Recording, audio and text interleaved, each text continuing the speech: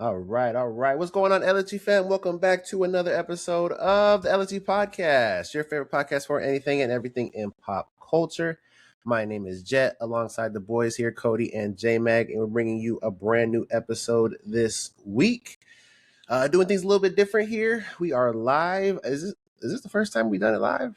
Nah. We got a couple episodes live. Well, there you go. Bringing the show to you guys live. So if you hear us talking kind of off topic, that's probably responding to the chat. So it'll be a cool little interaction thing we got going on here. But nonetheless, we got a fun show planned for you guys. It was a crazy week in the world of television. There was so many shows that dropped. There was even a show that had its finale. We're going to get into all that. I'm talking about the Pitt. I'm talking about the boys, Invincible, Maul, Shadow Lord, Daredevil, the boys. I don't even know if I said that. There's just so many shows. Yeah.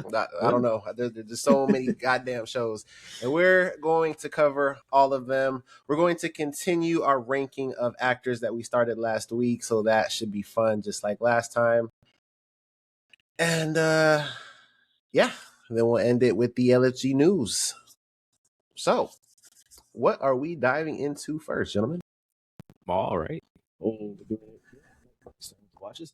All right, we That's missed Monday. Maul last week. We're starting on Monday. We're going to go ahead and go through the days of the week, and Maul drops first on Mondays.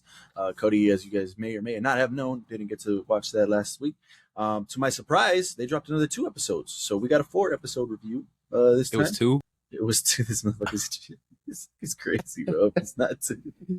There's no way. I would have 2. It known was that. 4 total. Oh my god. 4 total. I ain't gonna lie. I cooked this. Oh my god! Nah, Cody's watching shit when it drops now. Like Mondays are fucking, what is it? Maul. Tuesdays is Daredevil. Wednesdays is the Boys and Invincible. Cody, How was I supposed to know they dropped 2 episodes? I mean, they're there back to back, and as soon as you could have just left that shit on, and it would have played for you. I have other shit to watch. Once the credits roll, it's off to the next one. Craziness. Okay, well then we'll talk about the first 3 episodes, and I mean, I don't know if I remember much. But there we go. Okay, well, let's get general thoughts here, because we haven't even talked on Maul whatsoever. You guys don't even know if it's good, if us here at LFG like Maul, if we think it's all right, what's the vibes with Maul. So let's go ahead and get Cody's thoughts first on his 3 episodes that you watched. Cody, what'd you think about it? Well, from the lens of somebody who does not watch Star Wars in any form or fashion, who does not care for the I guess the world of Star Wars, coming into this, it's cool. It's not that it's bad, like, to watch, like, for me, like, the experience, but I'm asking myself, why do y'all care about this as fans? And that's really the only thought that I have as I'm watching this. Like, do y'all actually care about this, or does this actually excite y'all? Like, what do y'all feel like y'all are gaining from this show? So let me ask y'all that before I get into how I actually feel. Okay. Well, for me personally, this show is good. I'm gonna start off with that. I really love this show. Maul is doing a fantastic job. I think it even debuted. That was, obviously the debut 2 weeks ago, 2 weeks ago, at 100% on Rotten Tomatoes. So right there, that was pretty impressive. What I'm getting from this show is what I was hoping to get from, Boba Fett. And we were promised this, underworld crime, gritty, type of thing that we've never really seen in Star Wars. We see it on screen with the bounty hunters and stuff like that, but we're never in the world of this underground crime syndicate type of thing. And what Maul is doing is what I wanted from Boba Fett. They are showing us these different syndicates, and Maul is doing a fantastic job of like, hey, these guys screw me over. I'm gonna pit them against each other, and I'm loving that angle of it. As for like him just being the badass. Yeah, hell yeah. The lightsaber fights go crazy. The animation is going crazy. I loved it all on that front. The story is doing amazing. I'm loving the characters. I'm loving where I think it's going to go. We'll see if they could surprise us. But with they haven't said if she's a Padawan, but she's a Padawan. I'm trying to, let me see if I can bring up her name real quick. I think it's Devin. I think it is Devin. It is Devin. Devin. Which is in episode 3, which is one of the Jedis there, and she, even from the very beginning when we first see Devin, and she kind of steals, I think it's food, right? I think she takes some food, and from that moment right there, I'm like, okay, I don't know, she's kind of like not really on board with the Jedi way, or she's going through her own struggles, and obviously Maul later on throughout the episodes is talking to her, and trying to like, hey, what are you going through? You can do so much better. You can do so much more. And I think she's going to end up flipping later on. If the show doesn't do that, hey, props to them. But it looks like Maul is going to get his apprentice that he's been wanting. I think he mentioned that like in 2, 3, somewhere around there. But I'm loving the beginning of what you said definitely explained my thoughts, and it actually makes a lot of sense because to my memory of Star Wars, I don't think they ever deal with like low city level like gangs and stuff, and that is what they are doing here. So that was a great explanation. I will agree. I do like the show. I am enjoying it. I am interested to see where they go with it and what's the end goal for the season, you know, like because like I don't like obviously I know nothing. So does this tie obviously like it's canon, but does it tie into anything that they're gonna do future wise or and, like stuff like that? Like because the characters are cool. I'm interested in everything going on. I was just trying to figure out if y'all cared, and clearly y'all do, and that's dope. As far as tying stuff in, Star Wars is all over the place, man. They start in the past, they start in the future. There's different stories, and we still don't even know if Grogu's in, you know, the Force Awakens trilogy, the new trilogy that just came out, and he's supposed to be. So they haven't mentioned that in the new trilogy or anything like that. And obviously that project came out before, I think, after Force Awakens, but still no mention of him in the main canon like that. But yeah, Star Wars is all over the place. So who knows if any of this will connect? As for me, it's just kind of one of those things where I'm just enjoying what I'm watching, whether it connects or not. This is still good television. Go ahead. Yeah, that's incredible. It's amazing. I didn't think that the 100% would be like glazing or anything, but I was really like, damn, like everyone is enjoying this, and this is, I think it's number 1 on Disney Plus, right? It's number 1 on Disney Plus over Daredevil. Daredevil's number 4. Yeah. Damn. So yeah. So going into it, that was kind of like the thought, like, damn, is it really like that? And I do think it is like that. Yeah. I think every episode for the length of time that every episode is just being, you know, around like 23 to 25 minutes. I think the first one maybe 30 minutes, but it's around that range for each of them. I mean, the story that it's telling and just the continuation of Maul's character is so fascinating. And it's really cool on the aspect of watching a Star Wars project and like we're following a Sith like this. Like we're usually following the good guys, and the way that the story's making you think about things, because obviously there's, you know, the Jedi and you know, those two in their side of it. But what we're really here for is Maul, and every scene that Maul's in, I mean, whether he's just talking or he's fighting, is just so badass. Like he coming from episode 1 where he's, you know, just a badass character that he doesn't say a word. He just has a cool ass lightsaber, and that's how we meet him. And then we think that he dies, and that's really it. And just the evolution of his character has been so amazing to watch. This show is really beautiful to look at. It's like the animation's like to me, it looks like a watercolor effect. Like the background kind of has like a drip to it. It's so pretty, honestly.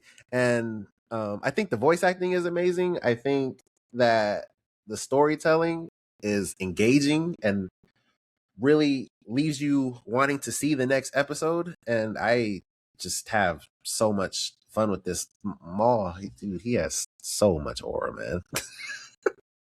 Do y'all not feel like this looks like Clone Wars? I feel like it looks like Clone Wars a lot. I feel like you get that aesthetic from Clone Wars, but it's touched up a little bit more. Like it has a little bit more artistic vibes to it. That's what but definitely it's similar to Clone Wars.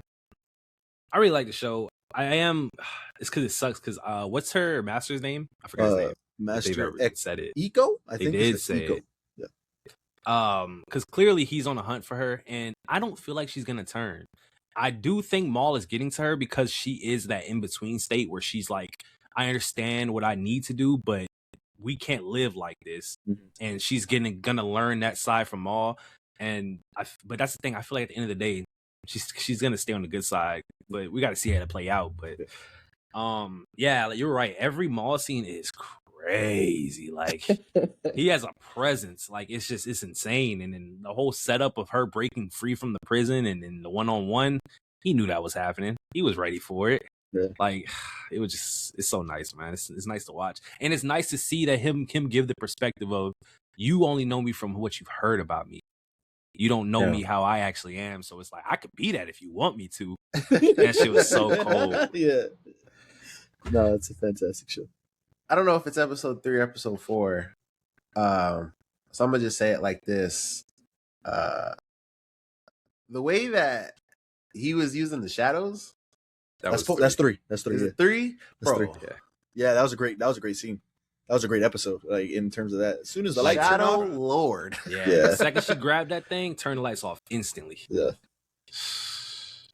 That was dope. Couldn't fuck with him. Literally. She was running the entire time. I'm disappointed. I said, fuck. Damn it.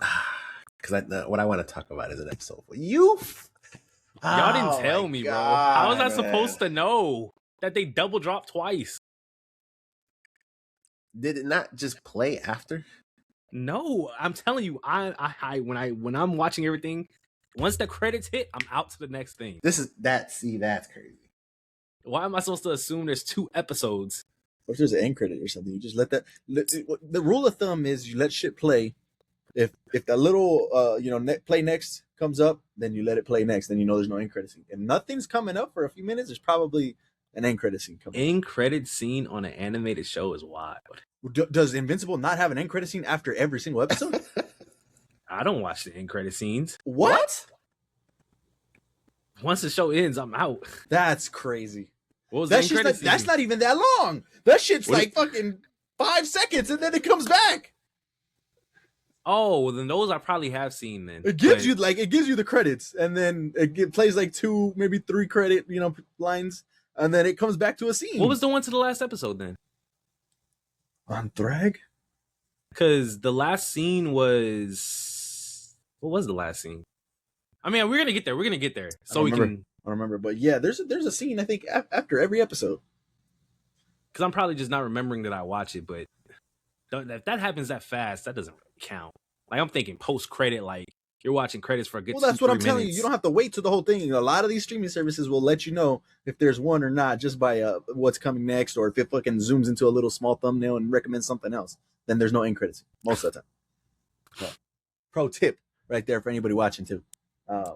But no, Wagner Moura, you can hear it in his voice, man. I don't know if this is his first, voice over, where he's doing those type of voice acting, but he's killing. Which one is that? He's the cop, so to speak, Brandon. Yeah, okay. Brander. So the captain. The captain. Yeah. Lawson, the lawman. Lawson, yeah. Wagner Moura being that is pretty cool. Like as soon as you hear his voice, the only thing that comes on is Plata or Plomo, from his show in Narcos. So it's pretty cool to hear him. Fantastic. But now, the voice actors are killing it. Sam Witwer is doing amazing, and I know this is an animated project. I know that, and Star Wars animated there's something different with Star Wars animated. Like most of the time, if not all the time, I'd have to think that shit is a hit. That shit works. That shit is just good. But Dave Filoni, at the end of the day, is still first name that comes up at the end of the shit.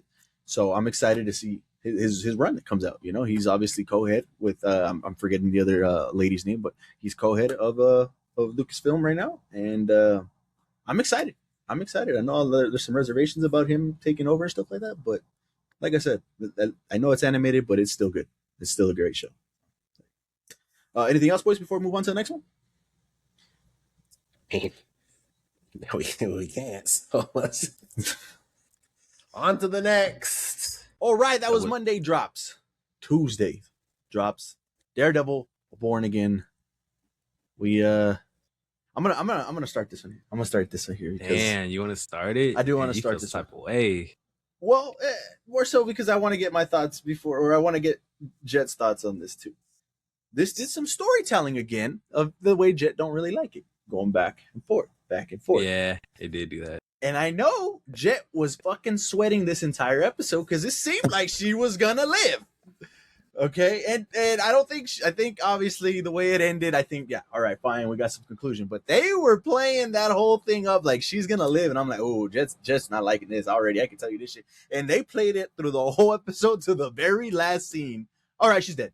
All right, we're done with it. She's gone. But I know Jet was sweating this entire episode. But that's what I wanted to say. That's how I wanted to start it. Fantastic episode, great episode. Way to keep the momentum going from the last episode.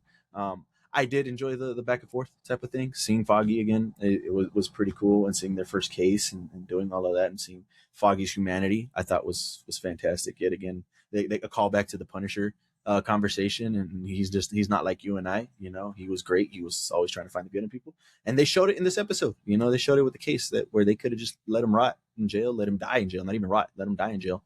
And Foggy said, "Nah, I'm gonna help him out." So I thought this was a great episode. What do you think, Justin? I mean, yeah, he's not wrong. I was like, what the fuck are we doing? What are we doing? And it's not even coming from a place of, storytelling or anything like that, because the stories that they were telling, obviously with, beginnings of Foggy and Matt, I really enjoy that. And obviously anyone will. Like it's the dynamic duo that, we've grown with.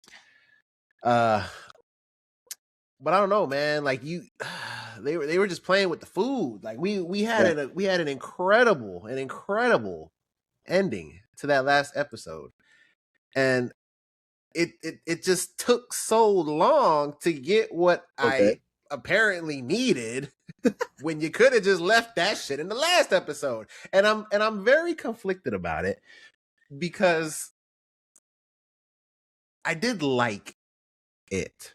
Like when she came to, and the vulnerability that we were seeing from Fisk, I was like, damn. Like Vincent's in his bag right now. This is some great acting. It's like, you want anything? I'll get you anything. She said, I want a glass of pineapple juice with some ice. He started snapping at the nurse to go get it. She said, why did you yell at that poor girl like that? Like, it was, I don't know. There was just something about it. And I kind of felt like, I'm sure everyone did, like something was off. Something was for sure off. And there was a point there I was like, well, I'm going to have to start coping, because I don't know if she's going to kick the bucket, but clearly she's affected by what happened, like mentally, like maybe like a piece is stuck in her brain or something.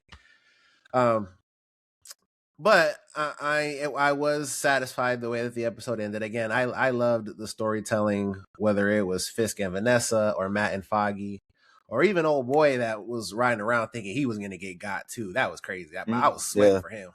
Yeah. It was really good on all fronts. But yeah, I was pissed there for a second. And now it's like all that waiting that I did this week to see carnage and the streets burn is going to be next episode. So yeah, that sucks. But yeah, that's where I'm at. Well, I don't know why. I feel like y'all are like on a medium for this episode. Like, it was all right. Personally, this was one of my favorite episodes of the season.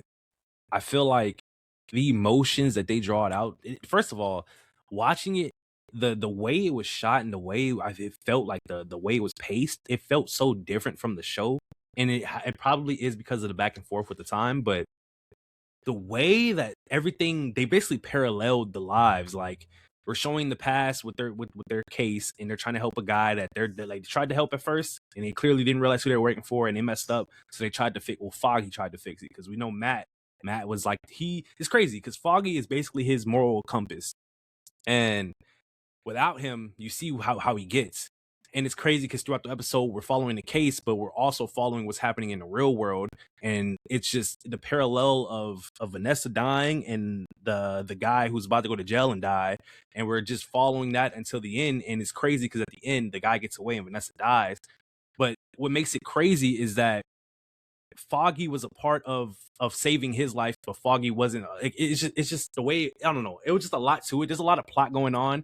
And just the scene when when Matt was about to leave Poindexter behind, and he thought of Foggy, like, oh my God, I don't understand. Like, I was feeling some emotion. Like, they was drawing it out of me low key. Like, I was caring about some stuff I should not be caring about. Like, so, but when I saw him go back and reach his arm out for him, I said, damn, Matt. He remembered that 1,700 that Foggy gave away. Oh man, that was crazy. That was crazy, that was man. crazy. I'll pay it back. He just laughs. Like he's like, come on, bro, you're not paying that back. But it's just like, and obviously it's easy to write it. Well, I'm not gonna say easy, but the way that they tied in the guy that's working for Fisk right now, tied in, he's the guy that was gonna go kill the guy that they were like, Buck was gonna go kill the guy that they were protecting, and then just like the full circle. It's like, wow, like just seeing all that happen, man. Like it was just, I felt really attached to this episode. Like it was like really consuming. I don't know how to explain it. It was one of my favorites. Like I don't know why. That's why I'm really curious about how everybody else is consuming this episode. Like, do they like it? Because I really liked it. Like I really liked the writing in this episode. So to me, it's like probably top 2. Damn. Okay. I'm telling you, like that's just how I feel. Crazy. All right. There you go. Proceed. For Vanessa, I for them, and I'm thinking I was sitting with this for a little bit because Joe was talking about it, like playing with their food. Like that was a great analogy. Like they're playing with their food. Like, you know, like, just kill her, man. Like, what are you doing? Just fucking eat your food. But when they were teetering with the fact that, okay, maybe she's got short-term memory loss now or long-term memory loss, whichever one, I think it's long-term memory loss, and she's just kind of stuck into that. She said it twice. She's like, tell me the story of how we met. And then he tells the story, and she's like, oh, okay, cool. Tell me the story of how we met. And I was like, oh, fuck. Yeah. So that's how they're going to end it right here. And then they decided to kill her. I was like, okay.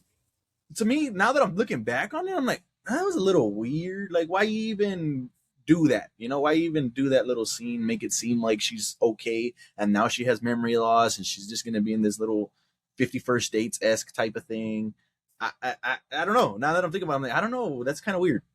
Why even do it? It is weird. It is. My only thought that came up after I seen that scene was, oh, they're just trying to make it worse for Fisk so he could be even more pissed. Because he'd be like, you made her last moments to the point where she can't even understand what's going on.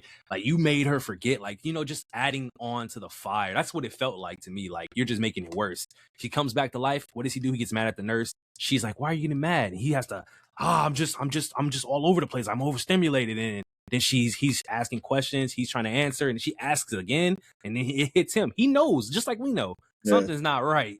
And then she dies. Oh, man, he's mad. Yeah. And then he has to stand there and watch other people try to help his wife, and he can't do nothing. Bro, next episode's for sure got to be the one. But they already found. Oh my God, we're gonna talk about it. I guess we're gonna talk about it. They already found them, boys. them niggas found them at the church already. I said, oh my God, that was fast. So he's about to, like Matt said, he's about to flip the city upside down and shake it. It's over with for these boys. There's no way. Like, there's genuinely no way they're getting out of this. Like, Poindexter's gonna die, right? How'd y'all feel if you died? What after all of that of, you know, saving him and getting him to safety, I guess, like now he's just gonna die in the next one? Because it's like, it's crazy because we got to watch Matt protect the guy that killed Foggy, but at the same time, does Fisk even want to kill Daredevil still? Because that's where I'm really like, he's going to get in the way for sure. So is he going to try and kill him to get to him? I think at this point, anybody and everybody that gets in the way is exactly. Is done. Yeah, that's why. Whether you're in the way or not, like if you happen to just be standing over there on the side, you're done. Like, you know, type shit. Like, I don't know. It's just but this is where it gets sticky, because it's like, we know Fisk is gonna go crazy right now. We know he's at a point where he doesn't care about nothing. So are we gonna see other MCU characters involved now because Fisk is gonna go out of control? No, bro. Well, this is where I think Jessica Jones should be coming in, hopefully really soon. I think. Forgot about that. Yeah, she's supposed to be in the season. What episode is this? We're like on 5? 5? Yeah, 5. Yeah. I mean, yeah, I guess. Better late than never. Never late is better. They could have saved her for season 3 for real. Wow. No, that's the rest of them. Well, we care about the rest of them. Dang, man. I don't know. I'm liking the season so far. I think it's really good. I think they're keeping. I think they've they've already showed us that they can make it be like it used to be. Like, it feels like Daredevil again, and that's all I care about. He is like, it feels in like the OG. suit the majority of the season. He Yes. is staying in that suit most of the season. That's pretty. Which is a complaint that a lot of people had. Yeah, they heard that. Why? Yeah, it's kind of weird. I mean, he's a fucking What? lawyer. Like, he's a lawyer too, man. Like, he's Matt Murdock and Daredevil. Mind you, Matt Murdock's on the run. Well, Yeah. last season. Yeah, last season. This was Like, Jet I see what referring you're to. saying. Not enough suit. I never understood that. People are weird, man. Like, he's not supposed to just do his job and shit. Like, what the fuck? All right. Anything else?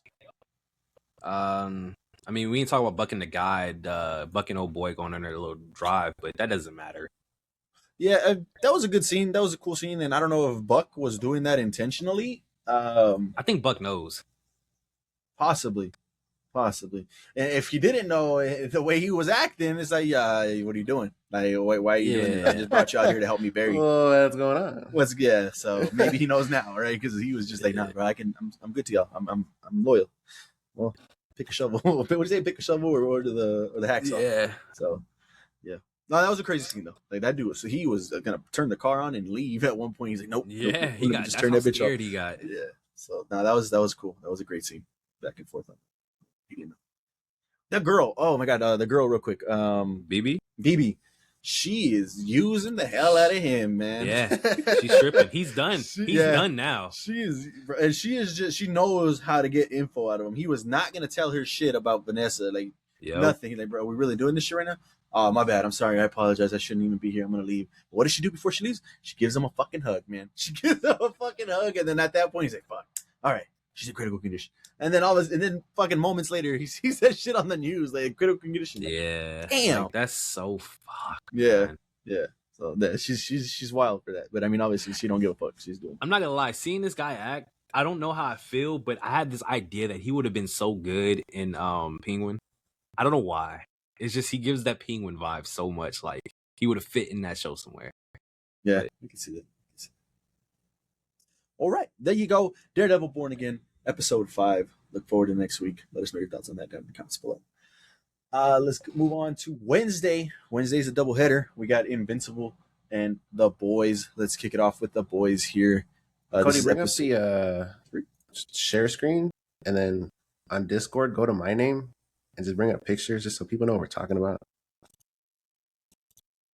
This is episode 3, right? Yeah, episode 3 of The Boys. Sorry, right here. Well, oh yeah.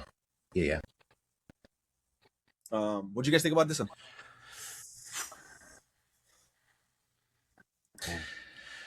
Really good. I just been enjoying the hell out of it. This episode was crazy. Obviously we're gonna be all over the place, but the one thing that really I couldn't get out of my head was the scene that we're looking at right here in the picture, because I remember watching the trailer with Cody, and his big thing was like, damn, who is he doing that to? Whose ass is he beating? And for it to be Ryan, damn, man, he beat the dog piss out of him. Hey, I'll give Homelander his props. He tried not to. He tried fucking not to so hard. Like, he took a lot of like punches, and you can see it on his chest. He got laser beam. Hey man, Ryan, come on, man. And then he lasted longer than I thought he was, and obviously he went and kicked his ass. This scene right here reminded me of Invincible and the Omni-Man shit. I wanted him to say, "Thank Ryan." You know, that would have been crazy.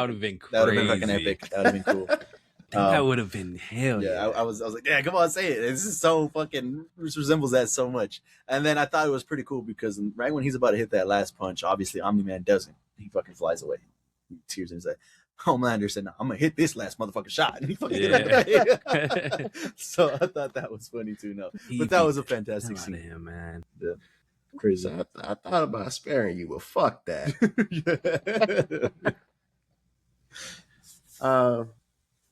Yeah, no, there was a lot of cool stuff in this episode. Seeing Giancarlo's character back, that was really cool. He has a whole life in a bunker down there. Yep. Got little Teen Titans going on. And they thought they were safe. They were until the boys showed up, and they told the boys showed up. They told the Invisible kid, I forget his name, but hey, they actually told him who killed his dad. Maverick. Okay, Maverick. There you go. He opened the door right up for him. I was like, what? Yeah. He said, what? We didn't kill him. Yeah, that was yeah. Bro, what's his face was like, and I get it from, I guess, like a storytelling aspect, because you're looking at this dude's son, and you're the reason that he doesn't have a father. But it's like, Huey, shut the fuck up, man. Yeah. Like I get the first one, but it's like, all right. He He's said the what you Foggy. had to say. He's the Foggy of the verse. He's gotta be Tripping. He guilt tripped himself into just over talking, man. Like I said, because he did it a few times. The first one I give him. After that, it's like, bro, relax. You about to blow the spot. and you did blow the spot. Man.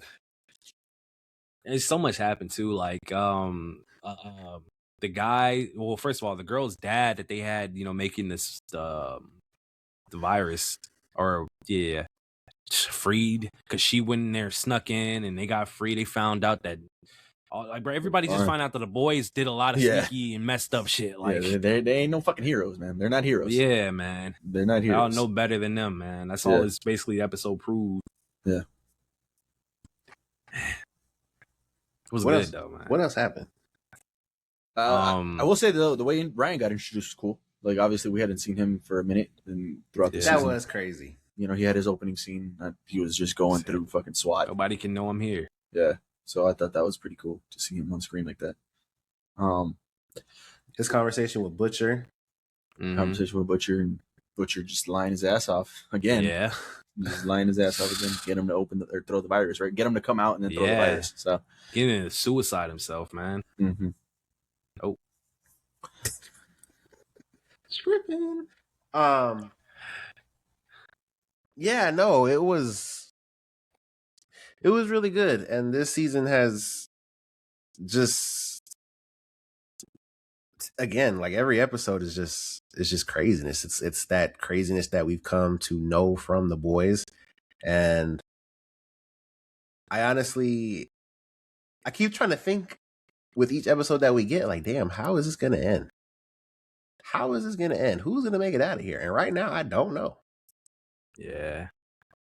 I am liking Jensen Ackles. Like I love him as an actor, man. As a person, he's fucking awesome. Anytime he's on screen and different shit, whether it's this Supernatural, Batman, even he just kills it, and he does not disappoint here in this episode either. As Soldier Boy, he's just fantastic. The back and forth between him and Homelander, and him calling him a weirdo, and he's just the fucking weirdest person I've ever seen. And I'm loving Jensen Ackles on this. I cannot wait, because obviously we know Jared Padalecki, I think is that how you say his name. Obviously Sam from Supernatural shows up at some point in this season, and then so does Castiel, which I think his name is I'm trying to blank on his name. I had it, but yeah, Castiel in Supernatural is supposed to show up in this too, so that'll be cool if they all have like an interaction. But yeah, Jensen is killing it. The scene, I know Cody wanted to talk about this earlier. The death fake out scene. We thought it was Huey, or they made it think it was Huey that was gonna die. I right away knew, nah, it's not Huey. It's not fucking Huey. We knew it wasn't Huey, but the way it happened, bro, I said, they just did that like that? I was like, there's no way. Yeah. There's no way, but yeah, I'm sure. I don't know if it's just because it's the boys, but I did think it was Huey at first. Just because of how the season's been hyped up, and they already took out A-Train, so I'm thinking like nobody's off the table. We are 3 episodes into an 8-season episode. Him going out this early would be like stunning.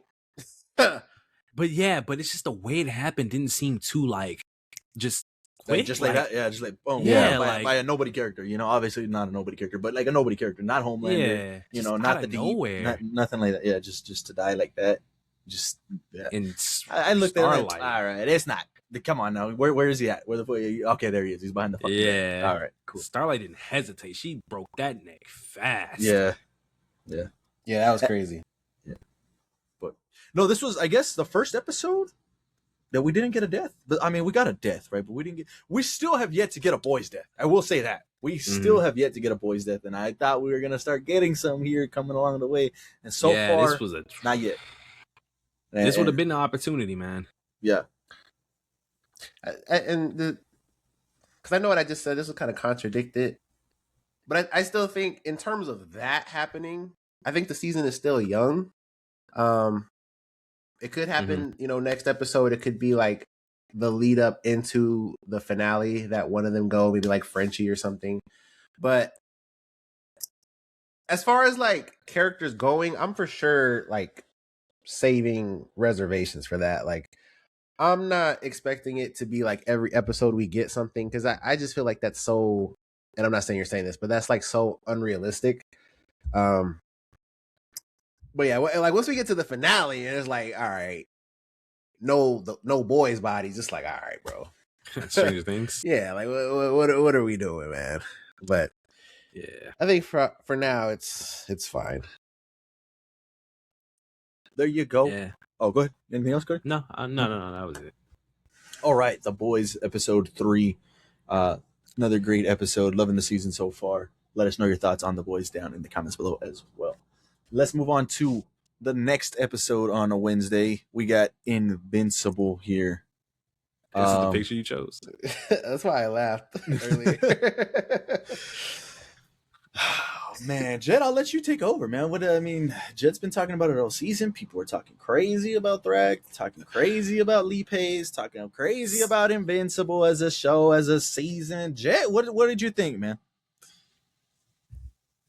Where do I even begin?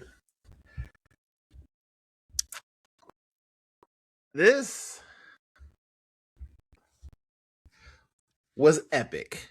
This was amazing. It started so fast and the action didn't let up.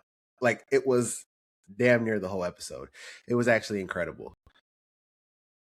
Thrag is now one of my favorite characters ever, period. Damn. The way that he was punching people into orbit and out of orbit. Ain't no people. That was Omni-Man. Omni-Man, but because I was also thinking of like him punching Mark and Oliver and stuff like that. Okay. He punched Mark pretty far too. But yeah, Omni-Man in and out of orbit was ridiculous. He had so much power. It was just the wind up of his fist created like a tornado. He's airbending. That was airbending, bro. Like, he basically pulled back so hard, all the air just sucked in. Like, that's insane. Pulled Omni-Man. Gravitational pull is what he had going on with his punch, man. That was crazy. Yeah, he's awesome. He lived up to the hype. He exceeded the hype. I can't believe how strong he is. They're going to the fight, and that's that part where Omni-Man tells them, like, no, Thrag is that guy. Like, I'm scared. Like, however strong you think he is, he's stronger than that. And he damn sure was. It's just like, when you get something like this, and I'm not trying to downplay it, I'm not going to. How are you possibly going to beat him? Like we just had basically our two strongest Viltrumites. Mind you, he just ripped the head off of the leader. Ripped his head off, clean off, instantly. Remember, like, he separated the thing and just... You're literally, it's a 2-on-1 and you're beating their ass. Mark's does basically punches doesn't affect you at all. How? Like, I can't even visualize a win. Like, I can't. Like, in no form do I see them ever beating him. But it happens. Clearly, it has to happen. So, honestly, it was one of those instances. It's happened to me a lot, or not a lot, but more than once. It's one of those instances where I'm watching someone so badass, so powerful that, like, I'm scared. Like, I felt that way with Madara. I felt that way with Conquest, just to name a few. Like, I'm in the same boat as you. Like, bro, hold on. He told Mark, because Mark said, I dealt with Conquest. He said, show me. Mark went to punch him in the face, and it was an impact frame. He went demon mode. Bro, it did nothing. Like, straight nullification. You're not strong enough to even make me sweat. I ain't never seen nothing like that. Like, man. Mind you, it doesn't matter what he does it better than everybody. He flies faster than everybody. He punches harder than everybody. Like, his head is harder than what can you possibly do? Like, they were losing so bad, this man said, no, go for the planet. What? What? Bro, mind you, and we didn't even talk about the fact that when they showed up, that man didn't move from his spot until he got attacked. Mind you, the dude on the bike shot his laser and he didn't even flinch. And that laser would have killed him. Like, and y'all think y'all gonna win? I think to speak to that point, when the betrayer first said all this shit, that we can't face him. We can't. We got it all. And I think that's just the way it's gonna happen. When he goes to Earth and we got all these invincible fucking robots and shit, and the Guardians, obviously they ain't shit. They're not shit. But when you have all of them, and then on top of the Invincible crew, I think it's just going to be a collective fucking effort. And I'm hearing you, but that sounds like some shit that can't happen. Well, what I just witnessed, that cannot happen. If you think about that shit, though, they all fought on 1v1 up until the very end, I think, when it was just fucking Omni-Man and fucking Invincible. That's still not enough. It's going to take everybody. I'm hearing you, but he still got Viltrumites with him. He's not the only one. I mean, those Viltrumites, honestly, if we're... Motherfuckers are getting taken care of, bro. For sure. Their whole crew, the whole Invincible crew can take a fucking Viltrumite, which is kind of crazy. If he's in the bunch, if it's him and his people against them, there's no way. I don't see it happening. He could take people out instantly. Shout out Space Racer. Space Racer. Yeah. He was MVP. MVP. Because them boys was cooked. Boy, you had Viltrumites hiding as dead bodies. Y'all were done for. I saw that shit coming. I was like, they're in the fucking, in there, right? Bro, you literally see Thrag just standing there alone. You're going to sit there and keep getting closer to this man? Are you crazy? No, bruh. Look at Oliver before they even got there. Like, is he even that good? No, he lives up to the hype or some shit. I think I forgot what they said in the fucking shit. I don't know. We're going to see. No, he lives up to it. So, yeah, that was crazy. And then Oliver, the way Oliver got done. Every time we see a gut shot, it doesn't matter. Like, you could live that shit. Like, we see gut shots all the fucking time in the show. It doesn't matter. And that's the only thing that aggravates me. You just got a hand punched through your chest. Your intestines are hanging out, and you're alive. But Conquest gets choked out and he's dead. I will never let them live that down. Conquest, that I'm thinking that he's just asphyxiated underground somewhere. Sense, man. I get more. Fucking Invincible was getting fucking nutrients, right? I get all that shit. But at the end of the day, this motherfucker had a hole in his fucking chest with intestines being pulled out. This motherfucker just got strangled. He should be able to come back at some point. So whether that happens or not, I don't know. But yeah, that's kind of disappointing. But you have they don't something like that. They don't just regenerate normal. Like, every instance they get like health care. They somebody works on their body. I don't think Conquest got health care when Cecil took him. They just locked his ass up and put him in the fucking thing. He came back. Not that we saw. His face was fucking beat the fuck up. He didn't even have a face. Exactly. Cecil didn't patch him up. That we saw, no. Well, I mean, that's a watch. When they showed his face, it still looked the same when he was fucking tethered up. No, hell no. I just watched that episode. He got his face was done, like smashed in. Like Mark destroyed his face. And then when they put him in the box, didn't it look the same? I don't remember. I don't think so. I think he has his whole face. That's how because he. I'd have to watch it back. Yeah, I don't know, but Oliver should never have came. Oh, that's a given. Like, and obviously we knew that, but he has literally done nothing. Like, and I mean nothing besides get his ass whooped every fight. And I was thinking that way about Tech Jacket, but even she's proven like she's doing something at least. She got the darts. Was working. Yeah, the darts were working for sure. Although I thought he was gonna at least be able to take on a Viltrumite because he was training. He was training with Nolan, and that clearly didn't amount to shit. Do shit. So. Yeah, that didn't do shit. So.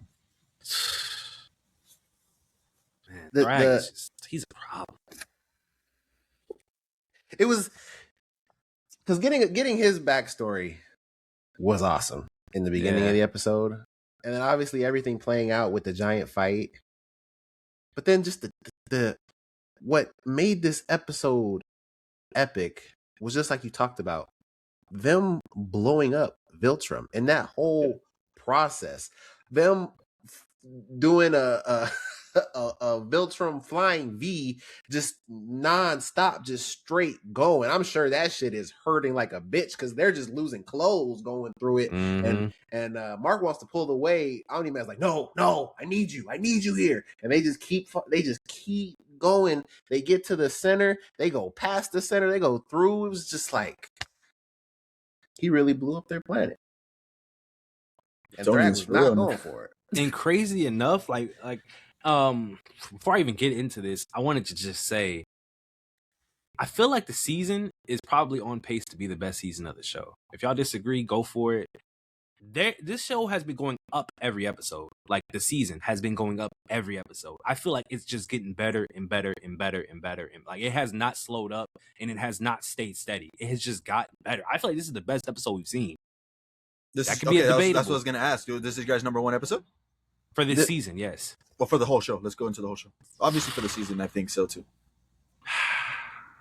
Did y'all rewatch those episodes? Because I did. It's probably a debate. You're going to have to let me know. I rewatched Conquest. Is it a debate? Season finale. Yeah, I think for the Conquest one. For the season finale of season 1, I don't think so. Okay. I think there was crazy moments in there, but as the episode as a whole, no. As a whole, no. This episode was insane. Like, from start to finish, man. We got so much from this episode that it's just like, bro, what is happening? Yeah, start to finish. And it even ended on like, oh my god, they're going to Earth.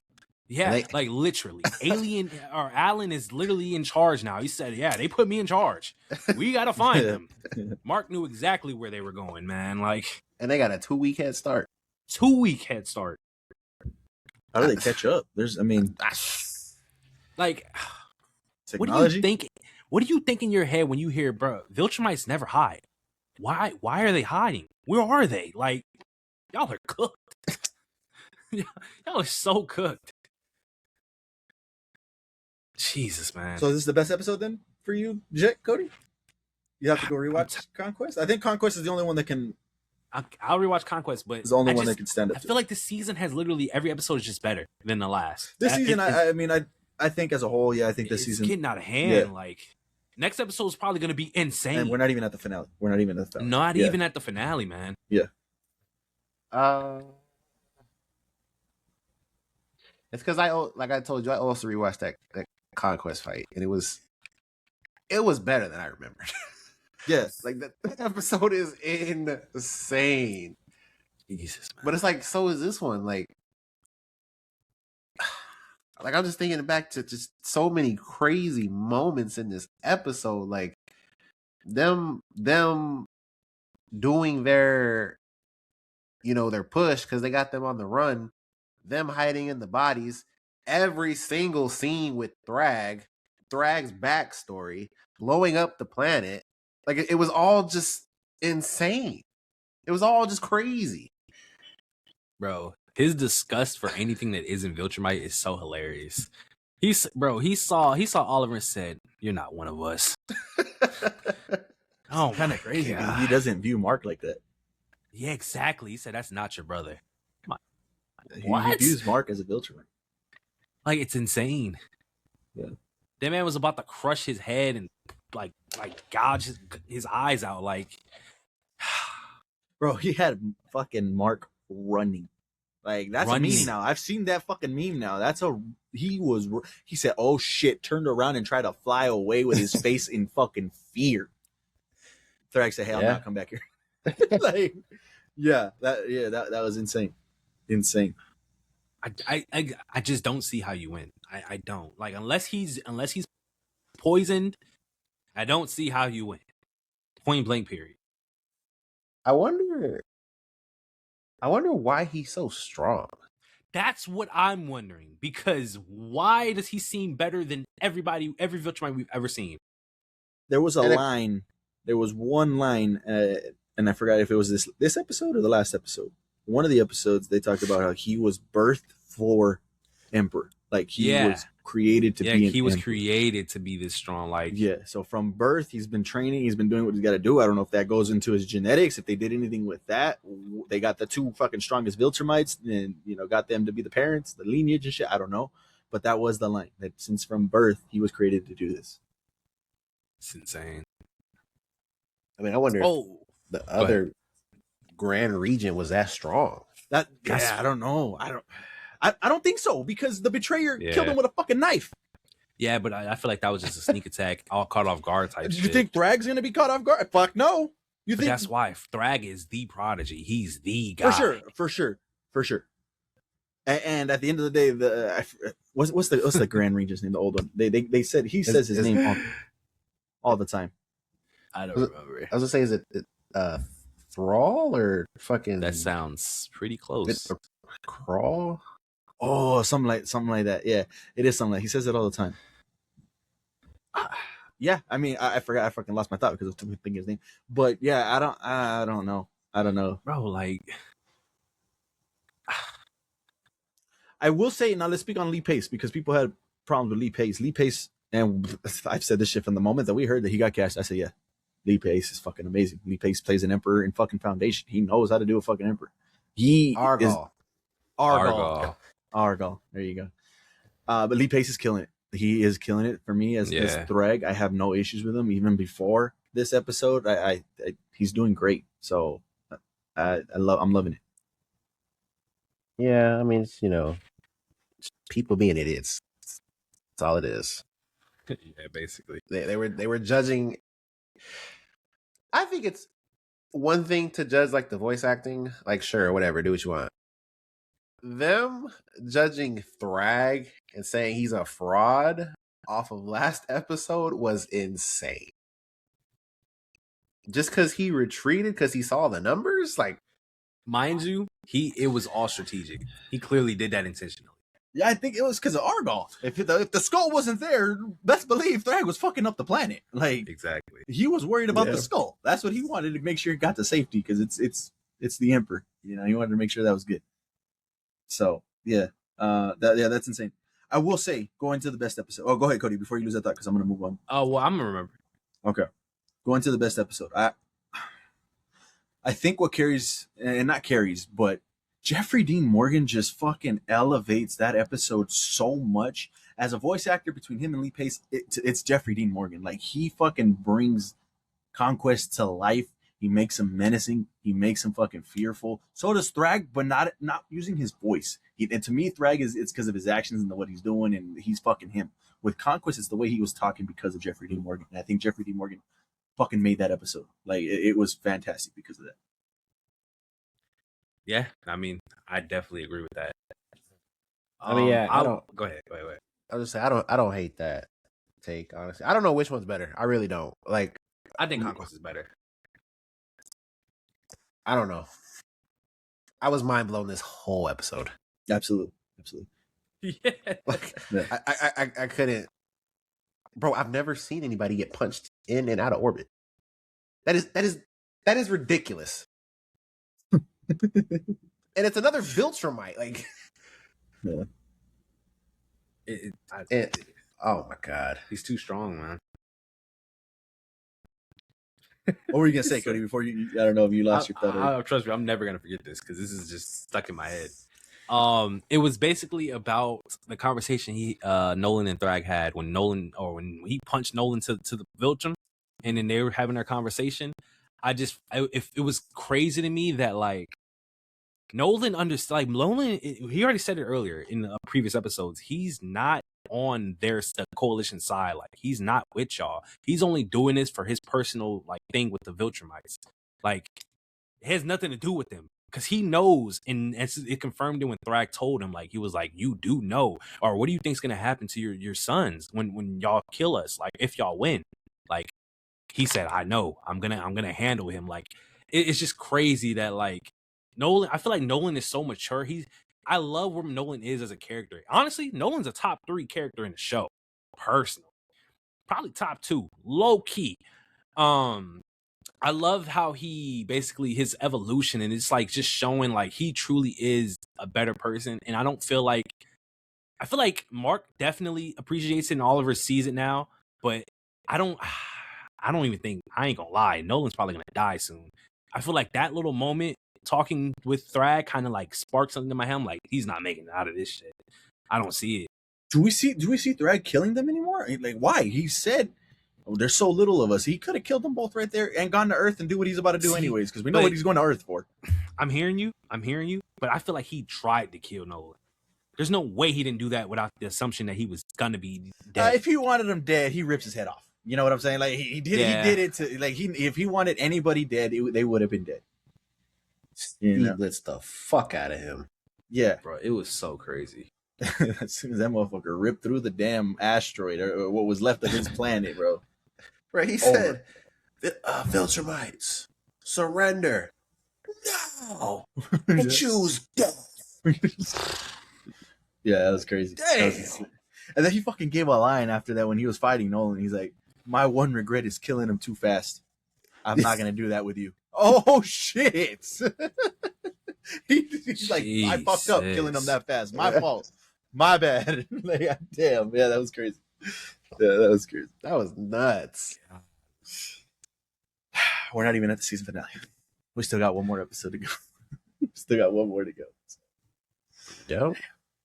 All right. Anything else, boys, before we move on? No, we'll see how this wraps up. Because, like you said, like I said, they got a 2-week head start. And like you said, how do they get there? How do they get there in time? Teleport? I don't know. Like, there's no, because Earth can't. They can't do it, even with all those. There's no way. They ain't gonna do shit. Like one Viltrumite's a problem. You got Thrag. You're done. You're not. No. We'll see. What's Eve gonna stop him? Hey, Eve. Is that a way? No. Eve can fucking change. Obviously, her powers are on the fritz because she's pregnant. And she can do whatever the fuck she wants with her powers. Nah, man. Thrag is a problem. No, yeah, for sure.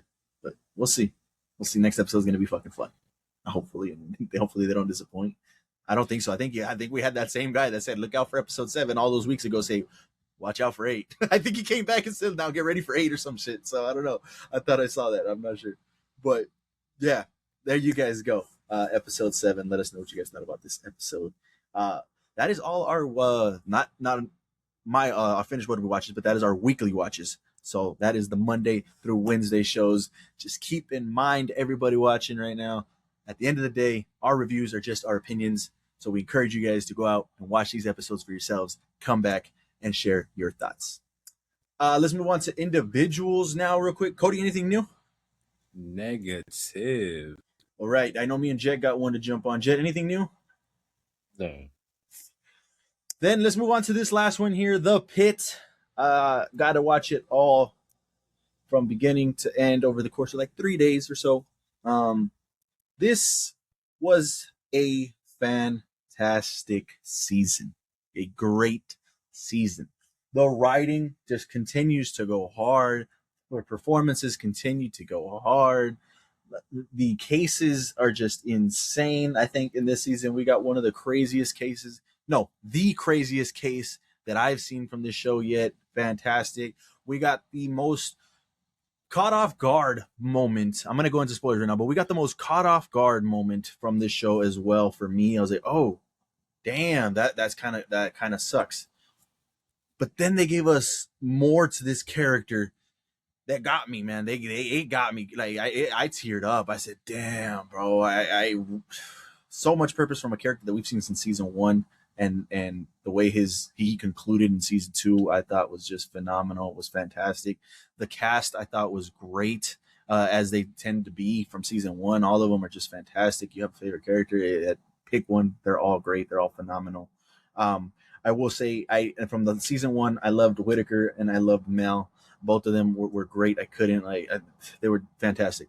Coming into episode 1 and seeing Whitaker bring the teachings that he learned from fucking season 1 from Robbie, I was like, yeah, man. When the patient died, and he's training the new ones, showing them the ropes, and he's like, hey, well, we're not done yet. They're about to leave. He just passed away. No, we're not done yet. We're gonna go ahead and what we like to do, if when we get a moment, is just kind of sit here and just be with our thoughts and just pay respect, a moment of silence for him.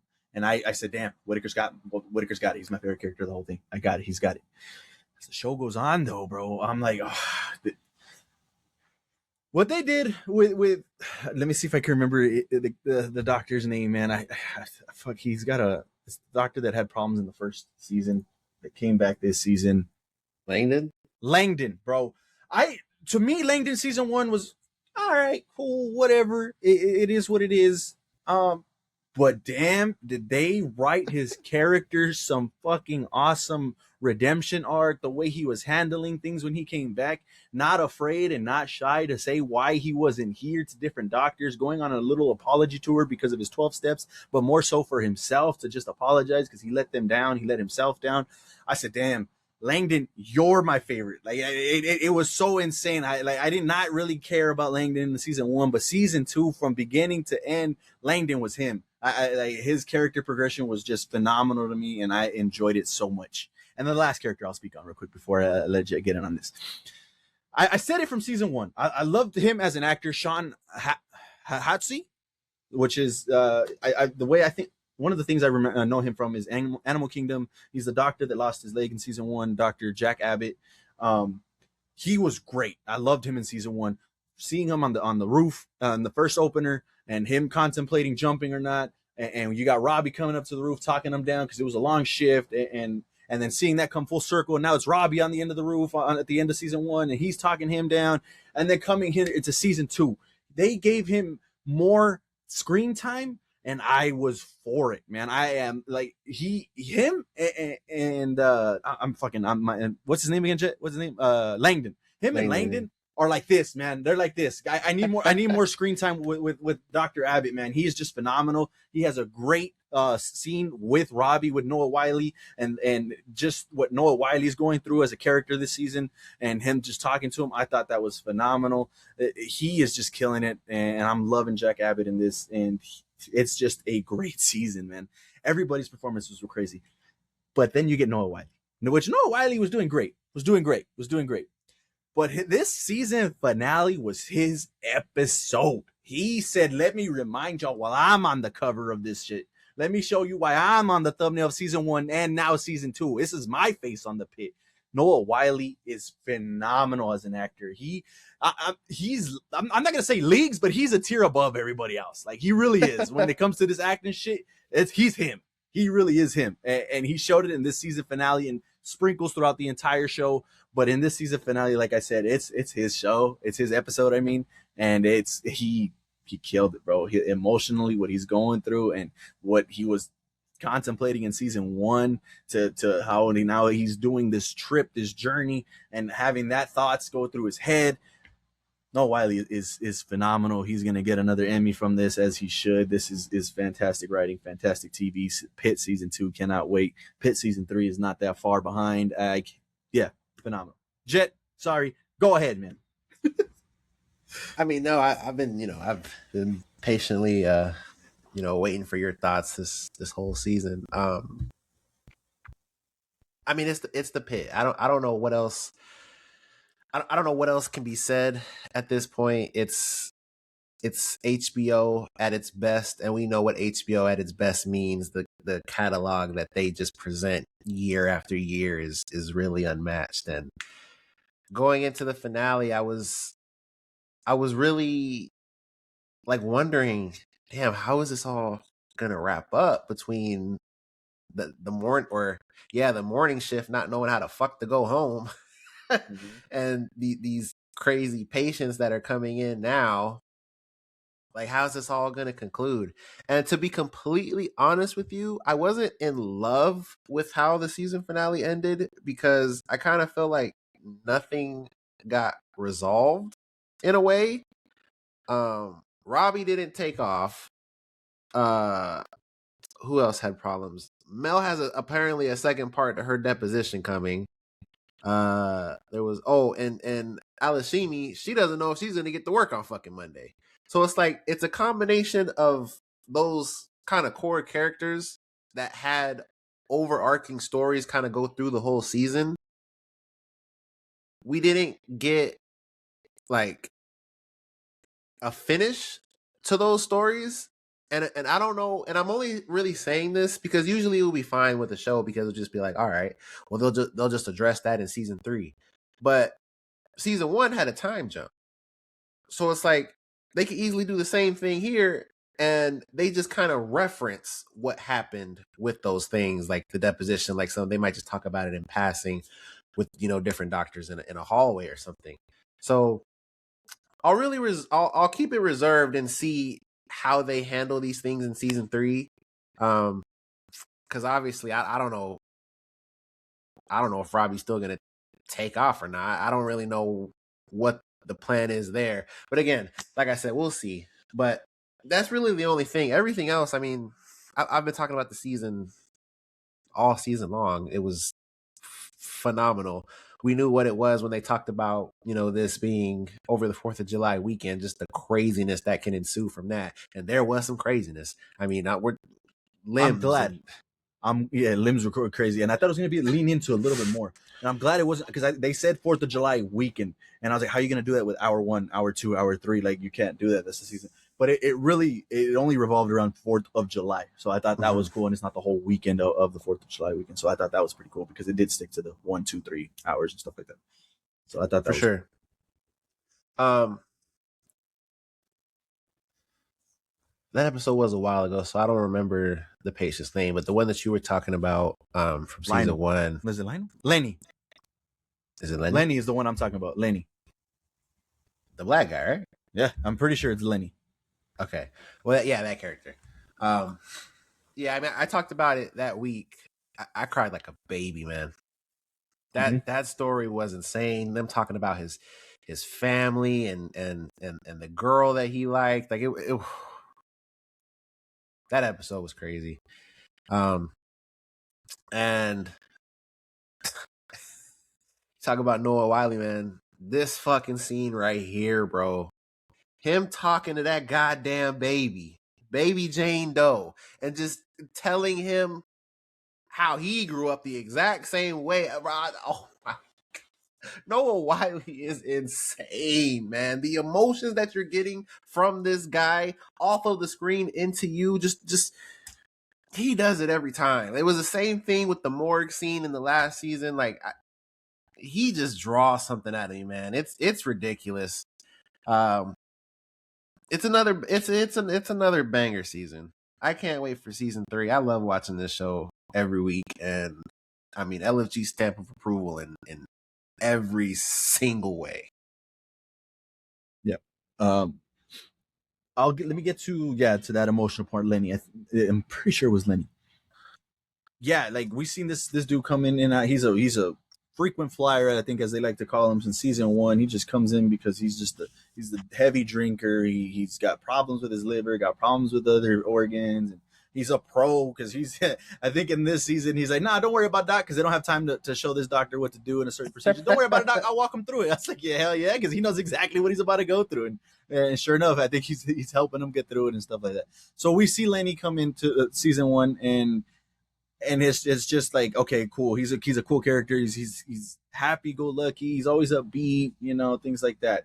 He comes back in season 2, and same thing. He's a frequent flyer. He's over here, but then he dies ultimately from all these complications that he's got going on, and it just hits the entire cast, like our entire group of characters. Everybody just really loved him and gravitated to him. towards him, and he was really cool. And it caught me off guard how Whitaker, it took Whitaker pretty hard. Everybody got hit pretty hard, but Whitaker too caught me off guard how hard he took it too. And he's like, dang, unfortunate.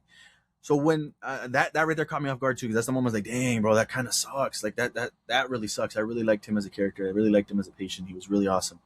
But then, like you mentioned, you get into this viewing area, and you get Robbie kind of huddled up with everybody around him. They find this picture, like, hey, who was this? And he's like, well, I had time to talk to him, and that was his wife. I think that was his wife, and they had a kid together. He didn't want to have kids, and she eventually broke him down, and they ended up having a kid, and they died in a car accident. And I said, oh my God, I started crying immediately. Bro, I said, I want to cry right now, bro. No, absolutely. That shit was so sad. It was so heartbreaking because like I said, the writing in this is so incredible. Like from a patient that we just saw from, he's a heavy drinker. Okay, cool. Everybody, there's people in the world that you don't think nothing of it. Yeah, you don't think nothing of it. You think he's just a heavy drinker. But they gave him a reason so understandable to why he drank himself to death, literally to death, for losing his wife and his daughter. Like I said, oh my God, me and Gloria are crying in the bed. Like this is insane. Writers, you're amazing. You're insane, because that was one of the most tearful, emotional moments I've had. Like I said, damn, bro, like I can't believe that. I can't believe they did that. So insane. Yeah, fantastic character. So that was one of the best moments, if not the best moment for me. Obviously, it's a downer, but the way it was written, the way that this character, we see him in season 1. The craziest case that I was talking about earlier, the craziest case that I think we've seen on the Pit was, I think, the second to last episode that involves the pregnant mother who was having seizures. And they have to take the baby as like a C-section, like an on-the-spot C-section, and you got the baby going through complications while they're trying to save the mother. That's the finale. Is that the finale? That's the finale. Yeah, that's the craziest case I think I've seen on the Pit. That one tops everything else that we've seen so far. And I was like, damn, because you just got the baby, you got the mother going back and forth, you got Robbie he's ready to leave, trying to leave, so to say. And he comes in, and they ultimately end up saving the baby and the mother. And it was really good for his character. And to see that, because he needed that. He needed that, absolutely. If he loses just one of them, he's for sure going on the motorcycle, going on a trip. I gotta go laters.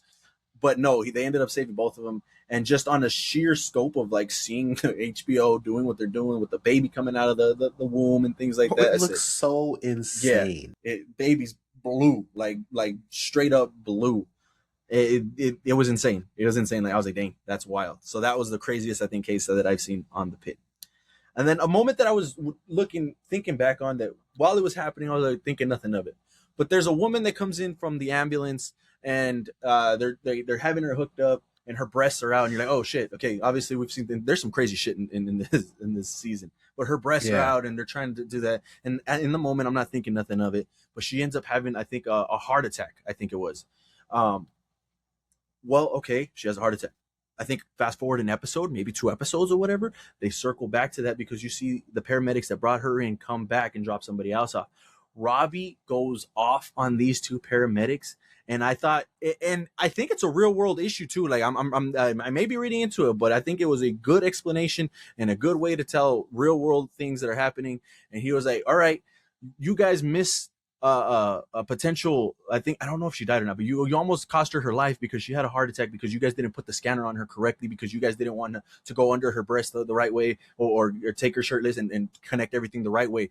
And there was a bunch of female doctors, female nurses in the back, and he notices, he's like, all right, quick show of hands. Would you guys like to be naked for a moment, or would you guys like to live? And every girl raised their hand to live.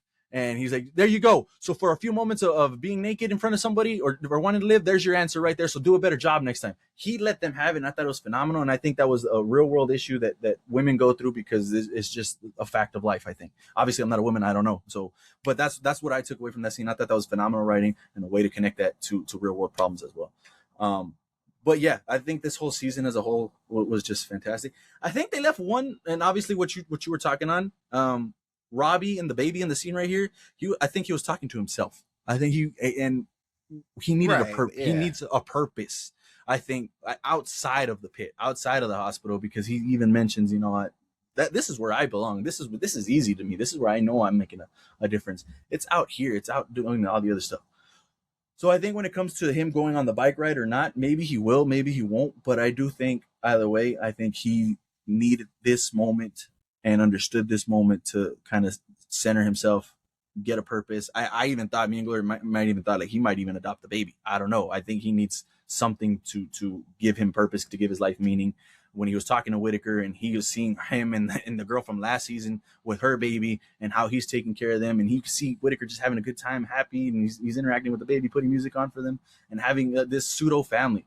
And I think he noticed that and it was like, dang, I need something like that too. I need something to keep me going. Because he talked about like that's where he thought he'd be in life. Yeah, having a kid, having a wife. Yeah, exactly. So I don't know. Maybe he adopts this baby because it's still baby Jane Doe. She doesn't have nowhere to go. So maybe that's his purpose in life. For the Mal stuff, I don't think it mattered. I don't think that second deposition mattered much because, and maybe it will, maybe it won't. But throughout the whole season, they were like, nah, it's not that big of a deal. It's not that big of a deal. Like, right. But why bring it back up as a show? Yeah, and I don't know if that was just I mean, for sure, I for sure. But even the lawyer at one point was like, "Nah, don't even worry about it. It is what it is. You're protected by the hospital. Nothing's gonna happen to you. You're fine." And I think it was more so for Mel's well-being, her emotional, her mental attitude towards the situation. So, like I said, I do think they'll just mention it in passing. I don't, unless they decide, writers, I have no idea, unless they decide to make it something crazy. But yeah, I didn't have an issue with that, or don't have issue with those two particular fronts. We'll see what happens next season on that front.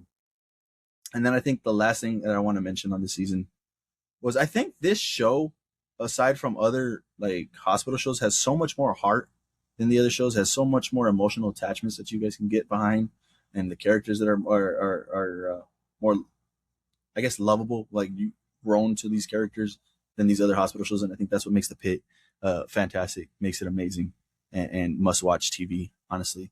And then rewatchability. I do think it has rewatchability because they're alluding to cases from season 1 that I was like, oh shit, okay, I'm kind of a little hazy because I remember that a little bit, but not fully. But you could go watch season 1 and then jump into this because there's references back to the season 1 that I think the rewatchability is there, and I think that's very unique because I don't think you can do that with other hospital shows, with other doctor shows. I think, cases come and go and they rarely come back to it. With this one, no, Whitaker has a whole family now because of season 1. Mel's dealing with her stuff because of season 1. So I think that's a pretty cool aspect from the Pitt season 1, rewatchability. I can see that for sure. Yeah, no, this season was ridiculous. I thought I was kind of surprised. I thought you would speak on it just because of Langdon, but that scene that he had with Robbie, where he was holding the dude's neck. Oh my God. I was on the edge of my seat. His hands were shaking, bro. Shaking. I feel it. Oh, there's the pool. God. Yo, yeah. Yeah, that was a crazy scene. That was a crazy scene too. That dude had to step away from him and he's like, oh my God. I can't believe I did that shit. He had to go catch his breath. Yeah. And the other doctors are coming in here like, did you just fucking do that? That was nuts. And obviously their conversation at the end, because it's like, man, Robbie was avoiding this dude all day. Yeah. Like the whole day. Yeah. And then at the end when it's time to go, it's like now you want to say something to him. And it's kind of understandable because I get it from Robbie's perspective. Like all these people that you're working with day in and day out, like you have to trust them with your life in so many different aspects of the job. And for him to like betray you like that, like I'm sure it's tough. I love the line. I love the line that they told Robbie, or that they told Langdon about Robbie. He's like, he's not mad at you. He's mad at himself because he thinks he failed you. And I was like, dang, that's pretty deep, bro. Like, yeah, he's not mad at you. He's mad at himself for letting you down. Damn. Yeah, it's insane. The Pitt is so great. It does so many things well. Little things that you probably don't even think about in the moment, but you sit back and reflect, like you were talking about with, women's indecency in different situations like that, or the kind of bigger topic I think that this season was talking about with just men's mental health. Like, that was such a big thing throughout this whole season. Whether it's Robbie, whether it was Ogilvy, the other guy that Whitaker was talking about, where he was outside just fucked broke. up. Like he doesn't even want to know if he wants to come back. He was sitting next to the bush. They were actively calling his name. He could not hear them. Like he was just not there. And he doesn't know if he wants to come back the next day. There's just so much. This show does so much, and we'll see how season 3 plays out.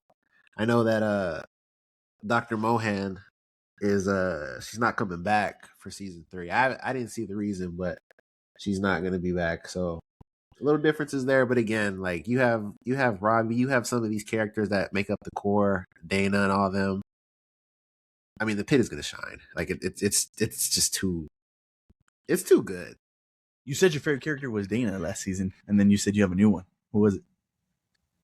Yeah, I don't know. Dana went through a lot, man. Dana went through a lot. Came back with syringes in her pockets. That scene was crazy. She said, this ain't happening again. And the poor nurse, which I loved her character as well, like the fresh nurse, like she just came in and Dana took her under her wing. She got assaulted. She did get assaulted once. The other guy just kind of grabbed her. I mean, hey, I need a doctor. But she got assaulted twice in this season. And Dana was like, nah, hell nah. You put your hands on. You see the sign right here. You'll go to jail. There's a felony for assaulting a healthcare worker. So yeah, she was going through it. But yeah, Dana, I think, did fantastic in this season too, but she was going through some stuff for sure. That her conversation with Robbie were crazy. Yep. Her waiting on the doctors to come pick up the rape kits, and like just they wouldn't come pick them up. So when the other 2 cops came, detectives, they were like, hey, like she let them have it. It may not be your fault, but it's your fault right now, and you're gonna get this tongue lashing for sure. Yeah, for sure. Yeah. But yeah, man, I think it is Whitaker. Like his character progression as a kind of timid, kind of rookie, to being like a year 1 vet in the next season is crazy. His evolution was phenomenal, and I was rooting for him. I love when he stood up for himself from Langdon, and Langdon even respected it. And it was like, that's a good trait to have. Like, I'm glad that you did that. It's so much good writing. Much good writing. There you go, Whitaker, Langdon. I love Langdon. It's insane. I didn't care about him, but yeah, Langdon did phenomenal. They wrote him really well this season. One thing that I was looking at, I think the Pit gets a spinoff at some point. I think it gets a spinoff, and we deal with the night shift, because I was looking at the night shift people. I know you, and obviously I know Jack Abbott. There's actors in here. Give them. They had like a little motto, like a little cheer, little pep thing. Like, all right, we're the night crew. Yeah, you guys are gonna get a spinoff, huh? So I'm expecting a spinoff from the Pit night shift or whatever, however they want to call it. The Pit at night, whatever they want to call it. I don't know, but I'm expecting to get the night shift a spinoff, and I think that'll be pretty cool. Like, any more Pit? Hell yeah, give it to me. It's awesome. But look out for that. I'm pretty sure that's gonna happen. I was looking at that shit. It's crazy. Oh, and another thing too, you're watching all this fantastic stuff, and in the back of your mind, it's just so awesome, and you're like, damn, all this shit is accurate. Like, if it's not 100%, it's 100. It's 99.9% accurate. The shit that they're doing, the shit that they're prescribing, the shit that they're doing to patients, damn well, because I've seen all the YouTube videos, I've seen all the doctors and nurses, and no, that's exactly what we do. That's exactly what you do in this situation. This is the most accurate medical drama, and I've heard those words being said by multiple people, and it's just so cool that you're watching this show, and it's great television, and at the back of your mind, that they're doing the right shit. Like, this is shit that would be getting done in a hospital. Well, I think that's pretty cool. This shit taught me a couple things too. Like, obviously, I talked about it a couple times. My daughter has type 1 diabetes, so when we had that patient come in with diabetes, and they lean in on his breath, and they're like, "Oh, we smell the ketones." I looked at Gloria. I said, "What the? We could smell ketones?" And for those of you that don't know, ketones is like your blood sugars get too high. So you get ketones in your bloodstream. So you need to give more insulin to get those to clear the bloodstream, like they were doing in the hospital. And obviously this is a severe case of if it gets to the point where it's on your breath, it's like, oh shit, you got to do something about it now, because that's like almost death type shit.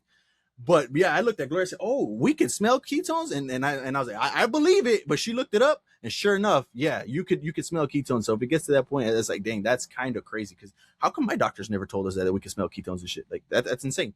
But yeah, so this show is teaching me shit, teaching people, I'm sure, other shit too. It's kind of wild. So pretty cool. But yeah, fantastic season. I can't wait for season 3. This show, and we know we're gonna get it this year. No, next year, right? It's early next year. And I hope they do a spinoff, because if they do a spinoff, we can do like every 6 months is a new fucking Pitt. You know, we do Pitt at night, and then we do the regular Pitt, and every 6 months we got Pitt. So that would be fucking awesome. They could schedule it up like that. That'd be pretty cool. But fantastic season. If you guys aren't watching the Pitt, highly recommend from us here at LFG to go check out the Pitt. But at the end of the day, our reviews are just our opinions. We encourage you guys to go out and watch the season for yourself, gather your own opinions, come back and share your thoughts. Man, an hour and a half in, and that is all our What We Watches. Let us know what you guys are watching, playing, listening to, reading. I mean, yeah, a lot of stuff. We can go crazy. Put down in the comments below. All right. Let's get Cody to pull up the LFG news. Talk about some Pitt, boy. Hell yeah. Hey, Cody needs to get on this, man. I'm telling you. I'd rather get on some. David Leitch says that his Gears of War movie is not even how you pronounce it, Lich. But you want to get on David? Whoa. That's what you said. First of all. That's what you said. He wants to get on some David Leitch. Is it Lich or Leitch? Why did you say get on some Gears of War? Because I was reading it. Hell yeah. Well, whatever his name is, says his Gears of War movie has a strong... Why am I reading it over there? That's so weird. Has a strong script in development. He adds that Netflix is now 100% behind the film. Damn, how does that make y'all feel? I'm excited. I think one of the first games I played on the Xbox, if not the first game, was Gears of War. Fantastic. Love this franchise, so excited. Yeah, this should be really good. Just follow the games, man. I don't know what else to tell you. Follow the games. You think Batista? Because you remember how Batista wants to play Marcus Phoenix. Does look like Batista. I mean, yeah, that's live action him, no doubt. But that is live action. Because Marcus Phoenix isn't. I mean, I don't know. It's been a long time since I played it, but he has some character like progression and shit. He's not he's just not some grunt. So if Batista could pull this off, and we're gonna see right now where we have him ranked, let's go ahead and move him up one. Oh shit. There you go. Beef Season 2 showcases Oscar Isaac, Carey Mulligan, Kaylee Spaney, and Charles Melton at their best, making it just as good as the first season. Cody, let me know, man. Listen. This is interesting. So does this make this how you pronounce it? Anthropology? Does this an anthology? Yeah, because this is basically each season is going to be a new set of people that have beef. Yeah. Which obviously that name right there, that first one, Oscar Isaac. I gotta watch it. Extremely excited for this season. Yeah, I gotta watch. I'm gonna go watch Beef Season 1 now. So. Yeah, go watch it because I know Oscar can act his ass off. Hell yeah, him with beef. Yeah. So, there you go, good, man. There you go. Gonna be good.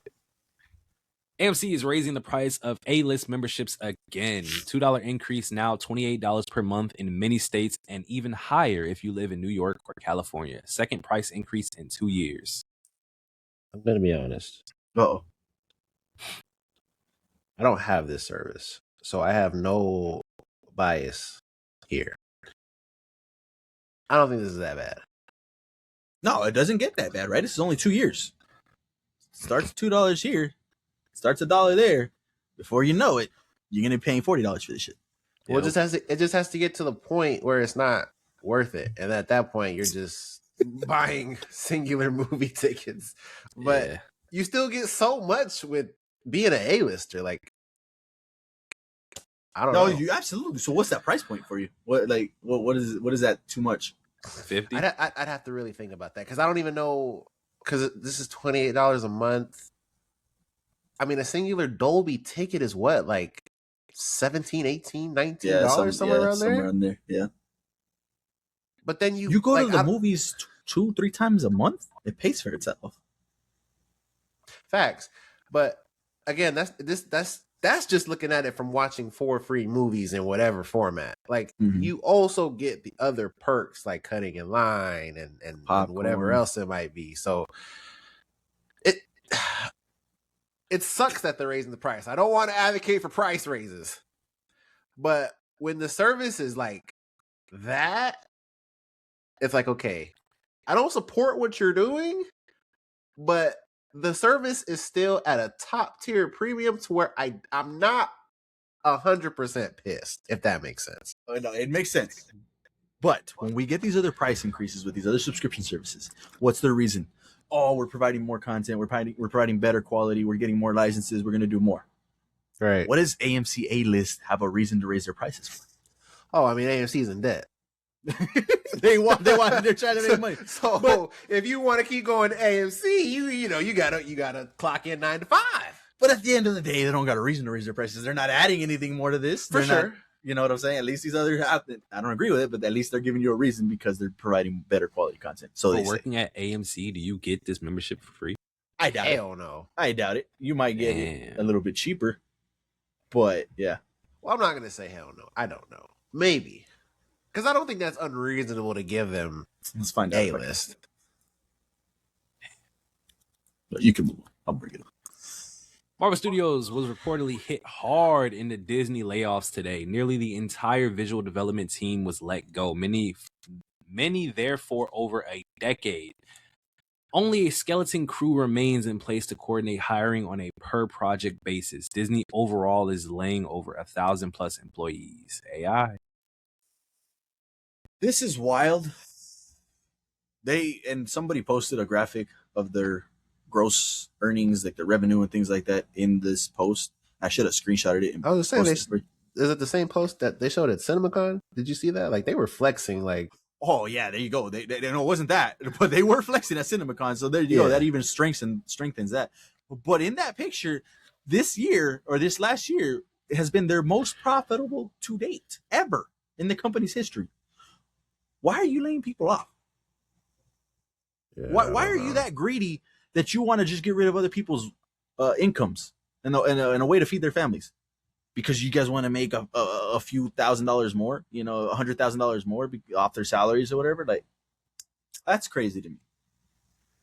For sure, it's crazy. It's really interesting. The visual department or development team. Obviously, we don't work there, so we don't know what all goes into that. Right. But at least from Marvel's perspective, not every single movie is bad, clearly. But, and again, or not again, but this can also be like the mandates that were placed on them. So it could be that. But some of those Marvel movies, for example, like the visual effects aren't the best. Or you even look at something like Thor: Love and Thunder, like god awful visual effects.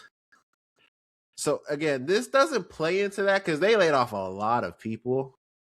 And again, this could go to even what Cody was talking about. They could just replace this with AI, which would really be a fucking problem. Huh? But yeah, I don't know. Because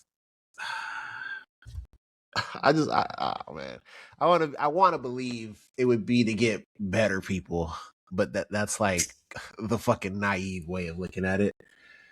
And like you said, they were flexing at CinemaCon. Like, yeah, we've made this bunch of billion. Look at all these projects that have made over $1 billion, man. We make money.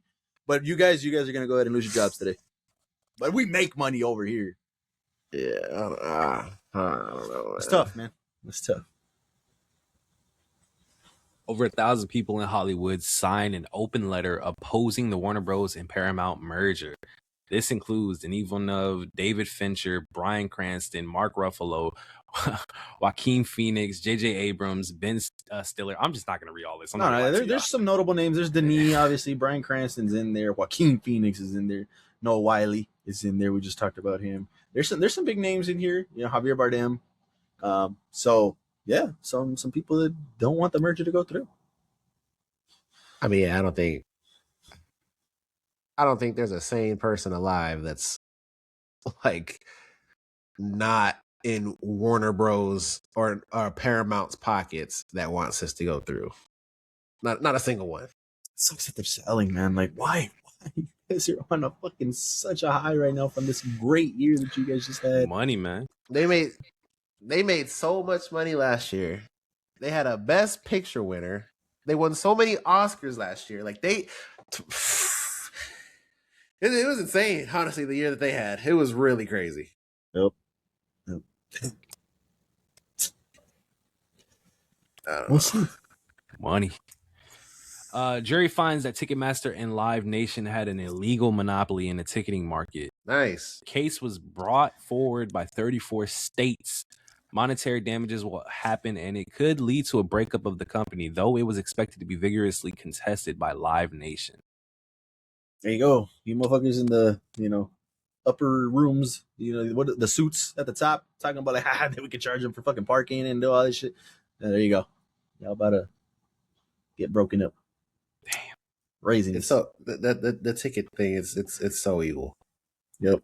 It's so evil on multiple fronts. And it's even making its way into movies now, like we talked about. Like just this ticket things, spotting, the way that they gouge you with fees that make no fucking sense. It's really insane. So seeing this, it's nice. Is nice. Bryan Cranston has defended Skylar White after Frankie Muniz said he wanted her to die in Breaking Bad. Let me get this straight. Her husband leaves without any explanation. She's pregnant. He's making crystal meth and people have died. And she's the bitch. Damn. He he has a point, man. He has a point. Skylar White is on, if you look up the list, I think she's top 2 most hated characters ever. Kind of wild. It's not a defense that I'm about to say, but it's just the fact of how people view television. At the end of the day, when people watch something, they don't see it as the real world. So yes, people are making meth and people are killing people, but people don't take that literally. They take it for who the characters and who we've grown to see and know. That's just how I see it. The main character is Bryan Cranston. They see him as their hero, their protagonist, even though he's not really that. They don't see him as this meth lord. Yeah. Like in real world, nobody would like him, but because we've seen this character grow, we know who he is. People just love him. That's how it is. It's how it goes. I feel like that's so dumb. It is, but and obviously this is animation, but this is the same reason why I say Omni-Man is the top 2 character in the show now. That man committed genocide, almost like, well, he did probably. That was he killed. Yeah. So it's like they're space Nazis. That's just how it is, man. Like that's just when you're watching something, it's not the same as real world. You don't take it literally, so you can love and hate different characters, not for the real world reasons, though. But even to your Omni-Man point, like I feel the same way that you do about the character, but I would never put Omni-Man on a fucking pedestal. Like, I just like the way that he's written. But, man, there's no redemption for what he's done. Is that not the same for this situation? People just don't like the way she's written. But what is she doing, though? Hey, people just don't like her, man. No, right. But, again, fucking idiots. Like, not supporting her husband, man. Come on.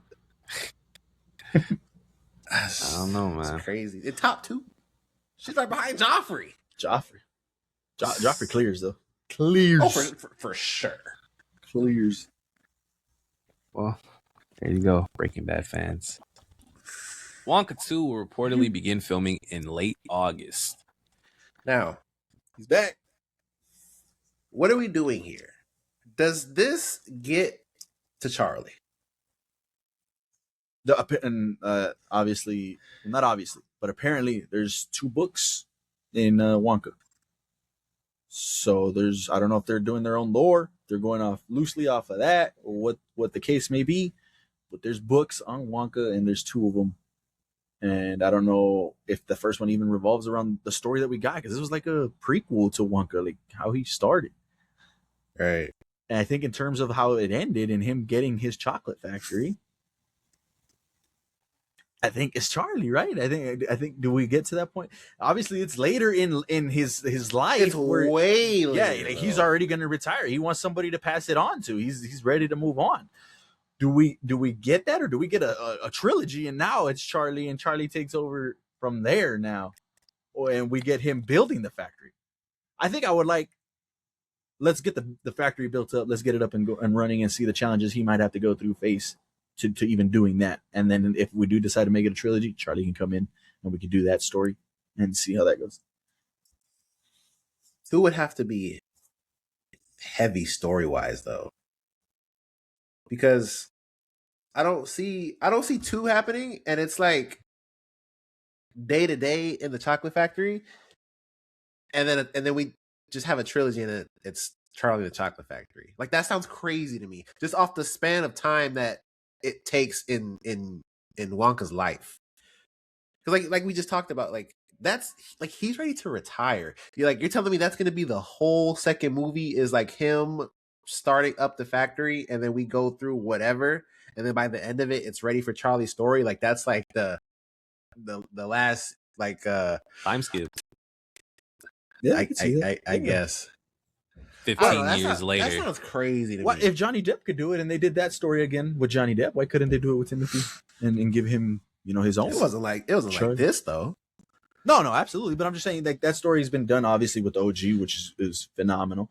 And then you get Johnny doing it, and then now you would get Timothy doing it. Ooh, 15 years later, and it's just like a pan off of like the city, and then it's just like, oh my god, there's these tickets, and then we're just seeing the feet of a kid walking into the candy store. What if the end credit turns to black? What if the end credit scene is that? Yeah, that's what I'm saying, and that's cool from like a movie viewing like lens. But again, like I just feel like Wonka in those movies, and I guess not the Johnny Depp one so much. But Gene Wilder, he's shit. So I guess this is coming from a place where I would just want more time as him without Charlie, because it turns into a whole different thing. Like it's not Willie's story at that point. No, yeah, for sure. But you don't think 2 movies is enough time without Charlie?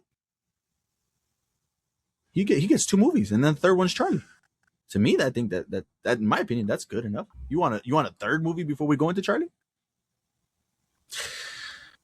I don't know if it's throwing me off that I just didn't think there'd be a part 2. And apparently this isn't news. Like this has been known, but I guess it's like officially like, all right, now we're good to go. But he looked early 30s. Who? Gene. Fuck, early 30s. He looked early 30s. Man. He looked early 30s. Tom why did I say Tom? Timothy could pull it off in movie 3, or in Timothy the movie gets 2. 30 years old to you? No, I said pull it off like with a time skip. How long ago was Wonka? Like 2 years ago, right? I don't know, but I thought in my head 3 years ago. Was it 2023? I think we get this if they're filming now. We get this in 27, maybe 28. Mind you, Timothy is currently playing a guy 10 years older, right? Or how many years? 14 years, 12, 13 years? For who? For Paul? Doom or 3. For Paul. Yeah. I mean, I don't even know what that looks like though, because that's off a book. Paul's 15 in the first one. Throughout the series by Messiah, he's 30. See? So, yeah, but that's a book though. Like we don't even know what that looks like. We're just gonna see him older and accept it because we haven't read the books. Yeah, you're gonna see him older in here. It's the same person playing the same age though in Messiah. Well, not Messiah, in Doom Part 3. You know what I'm saying? It's like, okay, you bought it in that movie that he's 30. Why can't you just buy it? I have nothing to base that off of though. But I guess what I'm saying is it's the same actor at the end of the day. It's the same looking age. He's gonna look older than what he did in as long as they don't do like the Harry Potter movies where they aged them up and had kids, and that just looked weird. As long as they don't do that, we're good. I mean, I am interested to see it. Yeah. Oh yeah, absolutely. Yeah. I'm excited for this. The Wonkster. Greatest trilogy incoming? Oh, shit. You're a funny kid. The Legend of Aang, The Last Airbender leaker, says he didn't think posting videos of the movie online was a big deal because it isn't being released in theaters. Now listen. Okay. All right. I can see it. Now, he's tripping. Yeah, he is. Yeah, he is. But there's a part of me where it's like vigilante Batman, like, I get what you're trying to say, but you're a fucking idiot. Because that's crazy. And they're going to throw the book at him. I don't even know how he's giving quotes out right now. He's a movie star now, man. Like, Right, it was his alt account, man. He's on a burner. Hope he was and using a VPN. This is a double. Blurbus season 2 begins filming this fall. Happiness is contagious. Are we in the greatest 6 years of television? I'm trying to tell you. Maybe. I don't know. We gotta. Jet was making a list of that, so we gotta put that up. We can do that officially on here. Yeah, sure. So look forward to that. Hopefully. Jessica Chastain. Sorry, I read that wrong. Says Apple will finally release her new political thriller series, The Savant, this year. Originally was going to premiere in September 2025, but was postponed after the assassination of Charlie Kirk. Wow. The series follows an undercover investigator who infiltrates hate groups online to detect and prevent domestic extremists before they act. Jesus. Prime show. But I guess that's just the timing of everything. They're like, no, we don't want this right now. And it's Apple. Yeah. Yeah, it's gonna be good. I was gonna say I'm not really into those types of shows where but yeah, it's Apple. Yeah. Savant. Double U's. And that looks like it includes our GFL LFG news. Well, there you guys go. LFG keeping you up to date on all your latest news in pop culture. So if you heard something you didn't already know about, hit that like button now. That would be much appreciated.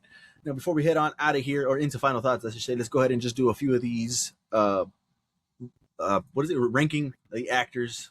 We'll pick up where we left off last time, and we'll go. I think we'll do 2 each. That way, we're not here for 3 hours like last time. But all right, we'll start it off. Let's go, Cody, this time. Cody. Let's see. This should be interesting. Can you zoom in? Yeah. You don't gotta yell at me though. Sorry. So stop right here from Adam Driver. We're gonna go 4 rows down and 5 people to the right. Heath Ledger. Oh, we'll go 1 more row up. Sorry. Heath Ledger. Yeah, he said 4 rows down, right? Yeah. So 4, 1. 4, I think you said 4. 3. Okay. Where would you like to put Heath Ledger? Well, that's what I'm asking y'all. I want to know what y'all think. This is gonna be interesting. Best live action Joker, right?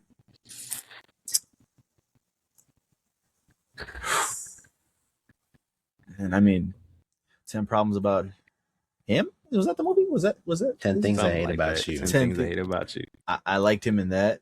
I think that's a good movie. Brokeback Mountain. I think he won an Oscar for that, right? Or something? Or that's an Oscar nominated movie? Something. I know that's up there, I think, right? I was gonna say it. Didn't he win the Oscar for Joker? But he passed already? Oh yeah, I think so. I think you remember that. That would be 2008. So 2009 awards? 2009 Oscar winners. The 81st Academy Awards. Hugh Jackman was the host. Yeah, Heath Ledger supporting. Okay. A Knight's Tale, I think, is fantastic. Like, that's another movie that I don't know if you guys ever seen that, but that's a good one. I think he's A minimum. Cody, what do you think? You think you're lower, huh? Nah, I'm A. Are we afraid now to speak up? I'm not afraid. I thought y'all were gonna go S, and I was gonna fight it. Sounds good to me. Jet.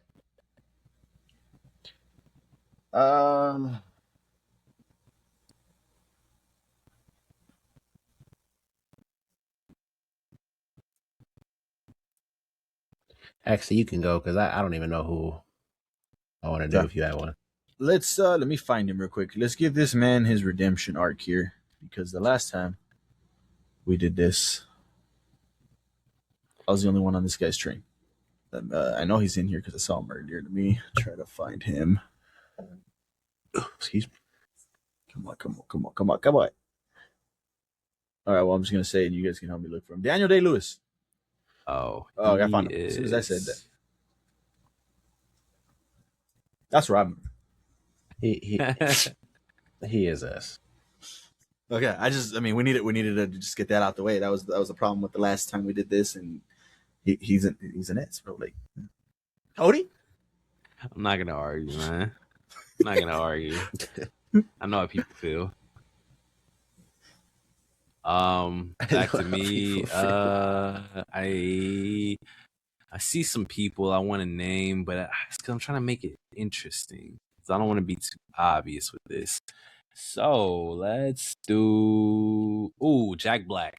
He's right next to Idris. He's in the middle, right next to Hugh Jackman. If you see Hugh, go to the right twice. Go up one and to the right twice. What do y'all got, Jack Black? I'm at a B, and I think that's the easiest B I think I'll ever give. They got a first B. That's what you think? I don't think he's bad. I don't think he's great, but I think he's good. I think he's fun. Okay. I was gonna say that word right there, fun. He does the same shit every single time. Listen, I was gonna say, I think I like him as a person more than I do as an actor. Wow. Like, I feel like I'm actor. No, he's not. But I feel like I'm just watching him, and I can't get out of my head that he's Jack Black. Okay, I get that point. Now, my thing, and I guess we're on the same page, but for different reasons. What else does he do besides being Jack Black, though? Like, he doesn't do, for example, The Rock and the Smashing Machine. He has yet to do that anywhere else. I could be wrong. Let me go look him up before somebody in the comments like, well, you didn't watch this, did you? But let me check. They're going to tell you didn't watch School of Rock. They're going to tell you didn't watch Nacho Libre. School of Rock. And you're going to tell, and I'm going to tell you it's the same person in all those movies. That's all I'm saying. Is he good at what he does? Absolutely. Is he giving me range? I don't think he is. He has a comedy romance, The Holiday, with Jude Law, Cameron Diaz, Kate Winslet. Oh my god, that's crazy.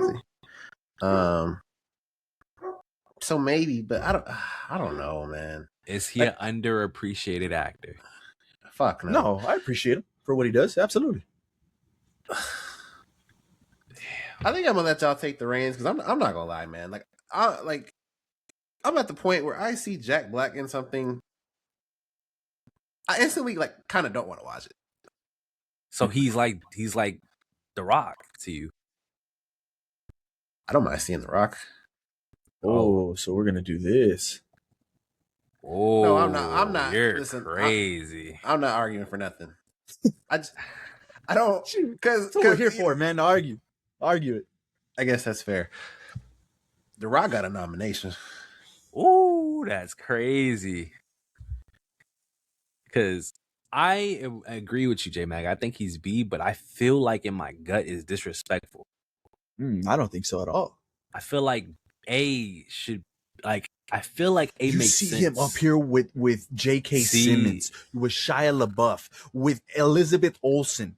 You see him up there with these people. And it's solely because of the fact that you said it best. He's great at what he does. We didn't even say that about The Rock. In The Rock, I think that's a great comparison to what he is, but I feel like Jack Black is clearly a better actor than The Rock. You know who else is wait a minute. Go ahead. Because I must have zoned out. You're trying to put him in A? No, well, not necessarily. That's where Cody would have him. I would have had him, but I agree with B.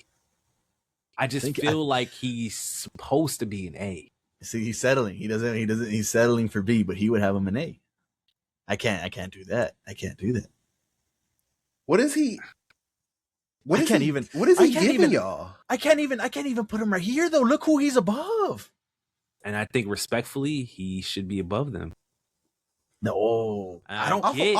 Get the Rock. Off of what? What? Give me one performance you were just like, man, Jack Black did that. I need one. I mean, it's kind of tough right now, right? But realistically speaking, why? Realistically speaking, you don't agree. Yeah. You see, I could say Jumanji. Hear me out. Hear me out. He's playing a guy in a game that is played by a girl. Think about it. That's Jack Black. That's Jack Black being a comedic self. Like, no, that's still no. Being a female, and he pulled it off. Because no. I'm gonna be so honest. After the Smashing Machine, having that man above Dwayne is crazy. What is he giving you? They could be on the same tier. And to be honest, I'm like this, honestly, but I don't think this matters. But I mean, I guess I don't hate them being on the same tier. I just feel like this is disrespectful to Jack Black's name. But again, off of what? He's great at what he does. He doesn't need to have range. Is Batista not great at what he does? Well, that's the same argument we had the last time. Batista's good at what he does. I feel like Batista does a lot of roles that a lot of motherfuckers can do. And not saying Jack Black doesn't do that too, but I feel like Jack Black, we agreed. He's great at what he does. He doesn't have the range, but he's great at what he does. Batista, we see his shit and we're like, anybody could have did that. Like, is he really like showcasing his skills at what his current role? Batista doesn't necessarily always do that. That's why when Smash Machine came out, I saw The Rock. I'm like, Batista can't do that. The Rock can definitely do that. We just saw it. That's just how I feel. So are they on the same tier? Well, I mean, it just goes as a whole, you know? Because at the end of the day, Smash Machine wasn't enough to push The Rock past C. And I think Jack Black is great at everything, what he does. His pocket of acting, he's great at that shit.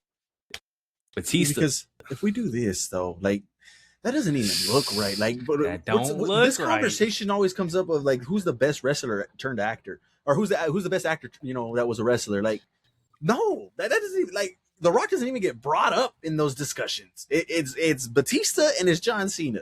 Those are the two guys that in that argument is always the argument. It sounds like we need to throw John Cena up soon. And then talk about a guy that does great at what he does. As a matter of fact, let me see. Where is he? Is he here? You guys see him? Is he here? It's alphabetical order. Hell no, it's not. It is. That's that. Oh, A, B, C, D, E. I don't think John, it is. So, because Krasinski's in the middle. I see Jack Sparrow. Oh, I said Jack Sparrow. I'm an idiot. That was crazy. I don't think he's that. Jim Carrey. John's not here. Damn, the disrespect. That is crazy. Jonah Hill. Mine is Lupita. She is to the right. I lost your mouse. Go to the right a little bit, and then go up. Yeah.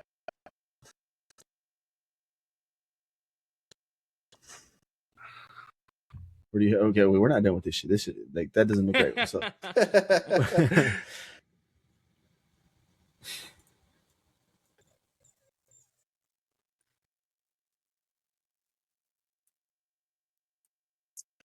I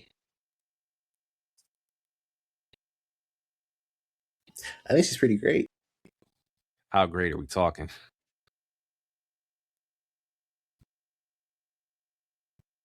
Panther, obviously. Us, she did phenomenal. Her voice. That Quiet Place Day One. That was crazy. Yeah, I'll give you Us. Black Panther, there's 1,000 of her. Quiet Place Day One. Come on now. Y'all know how I feel about that movie. The movie, not her. What is she doing to Wild Robot? She's the robot.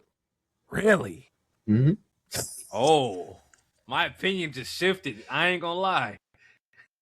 Because I was finna downplay the hell out of her right now. Oh man, I ain't gonna lie. That might have did it. I'm not mad at A. I don't see S. Jet, where are you at? Boy, I was about to push for B. Yeah, I think I like A too. I think she's very talented.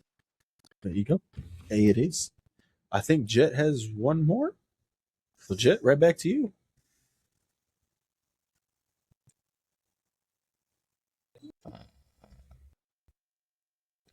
Let's do Miss Johansson. Go to the right, and then down a little bit, and then the right again. More. Yeah, there you go. Scarlett Johansson. This is an interesting one.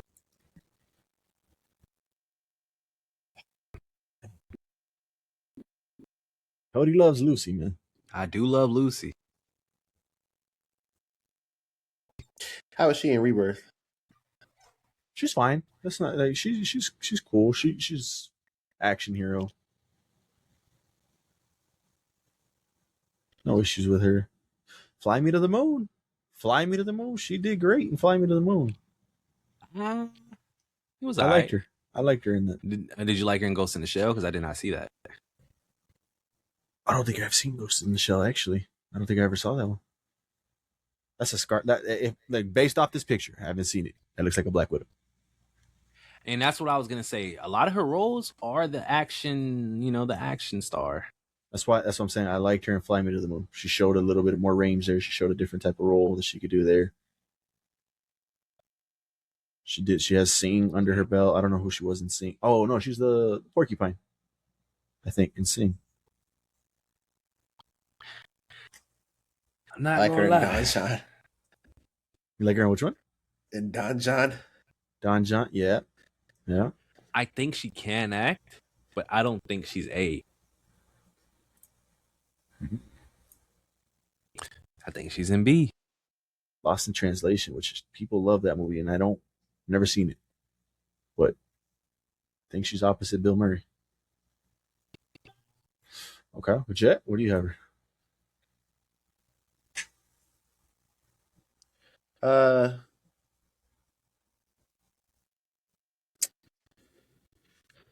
Do you think Elizabeth Olsen is that much better than her?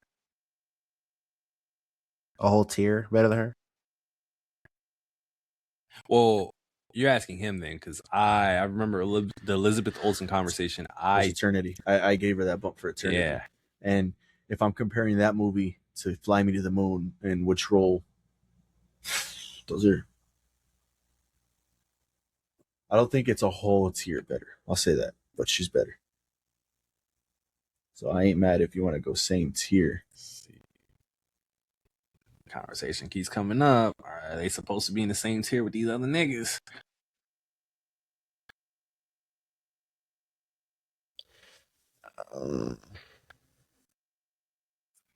Because I don't know what. I think her performance in Eternity was better than Scarlett's in Fly Me to the Moon.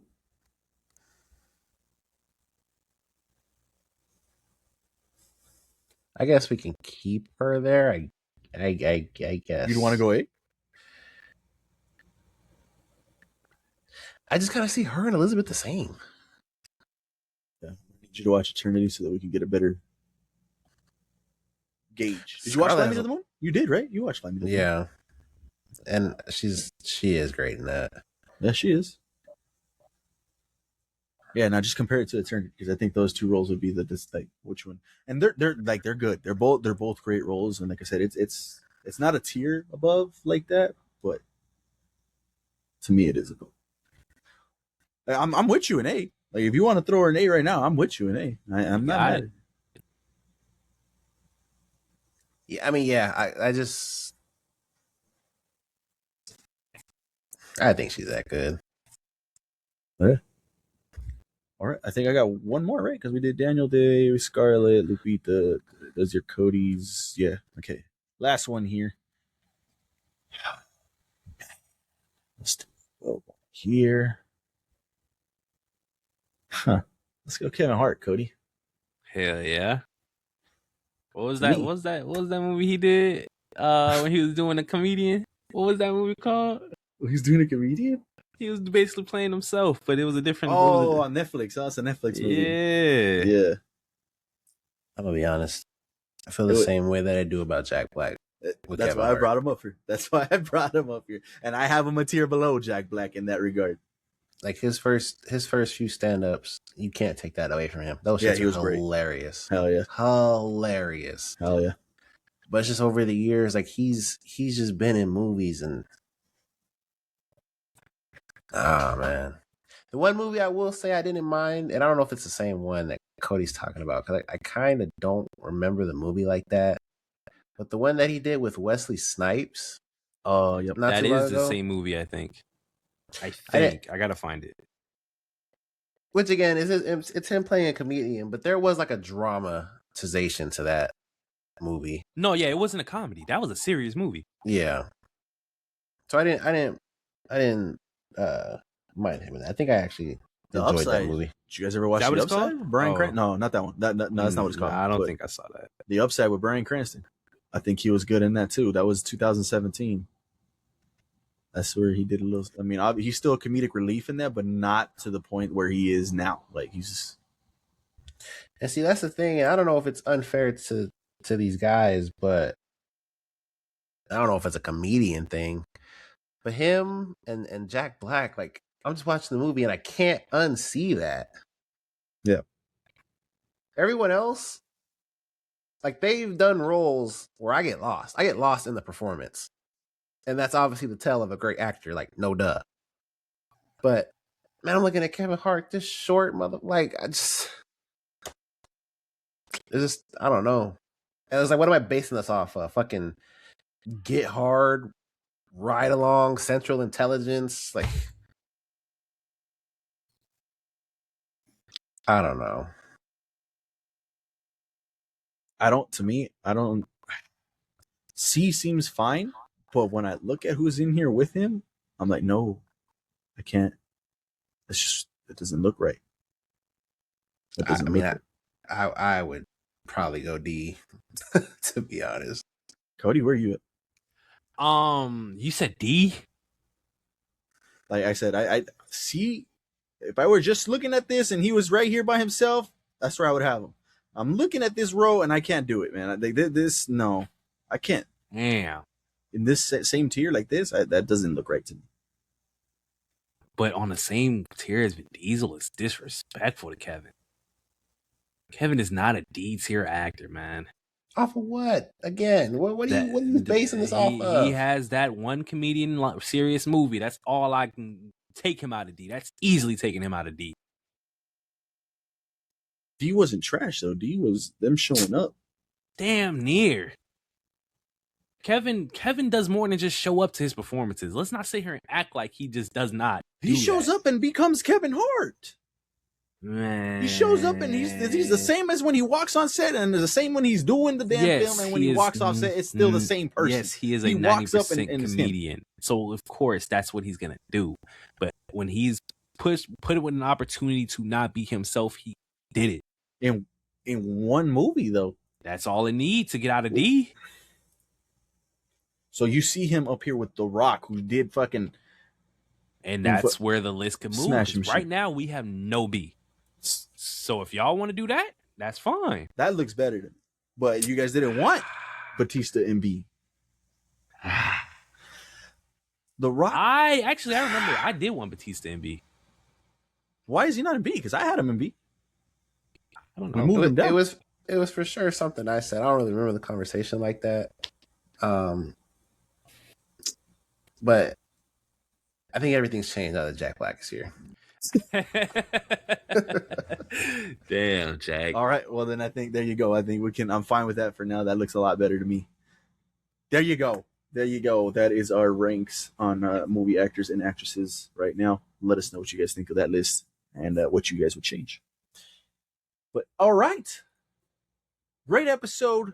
News. What we watches. We talked for the what we watches. So definitely, hell yeah, for the what we watches. But final thoughts, boys, before we head out.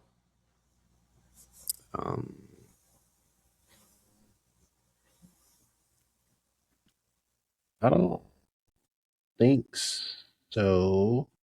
Xenoverse 3 is a thing. Yep, it is. What do you think? Pre-ordered it already? Nah. Oh, damn. Oh, shit. No. Damn. Nah, I'm banned. Fuck. All right. I'm banned. We'll be back. Well, all right. There you guys go. Another episode in the books. Let us know what you guys thought about the live episode. If you guys are watching this live, go ahead and hit. Well, I don't know. What do you guys want them to type in chat? Let them know that they were here live. Doom. Let's go ahead. Doomsday. Shit. There you go. Doomsday down in the comments below. Comments if you're watching it live. There you go. But if you guys are watching this back on YouTube, on Spotify, however you're consuming this, we appreciate you guys watching this. Let us know what you guys thought about anything we talked about in today's episode, and definitely leave your thoughts on that down in the comments below. And while you're down there in those comments, don't forget to drop a like and subscribe if you haven't done so already. That would be much appreciated. Our audio listeners, don't forget to hit 5 stars. That too would be much appreciated. But in the meantime, keep it locked here to LFG, where we got you covered on anything and everything in pop culture. And we'll see you on the next one. Peace.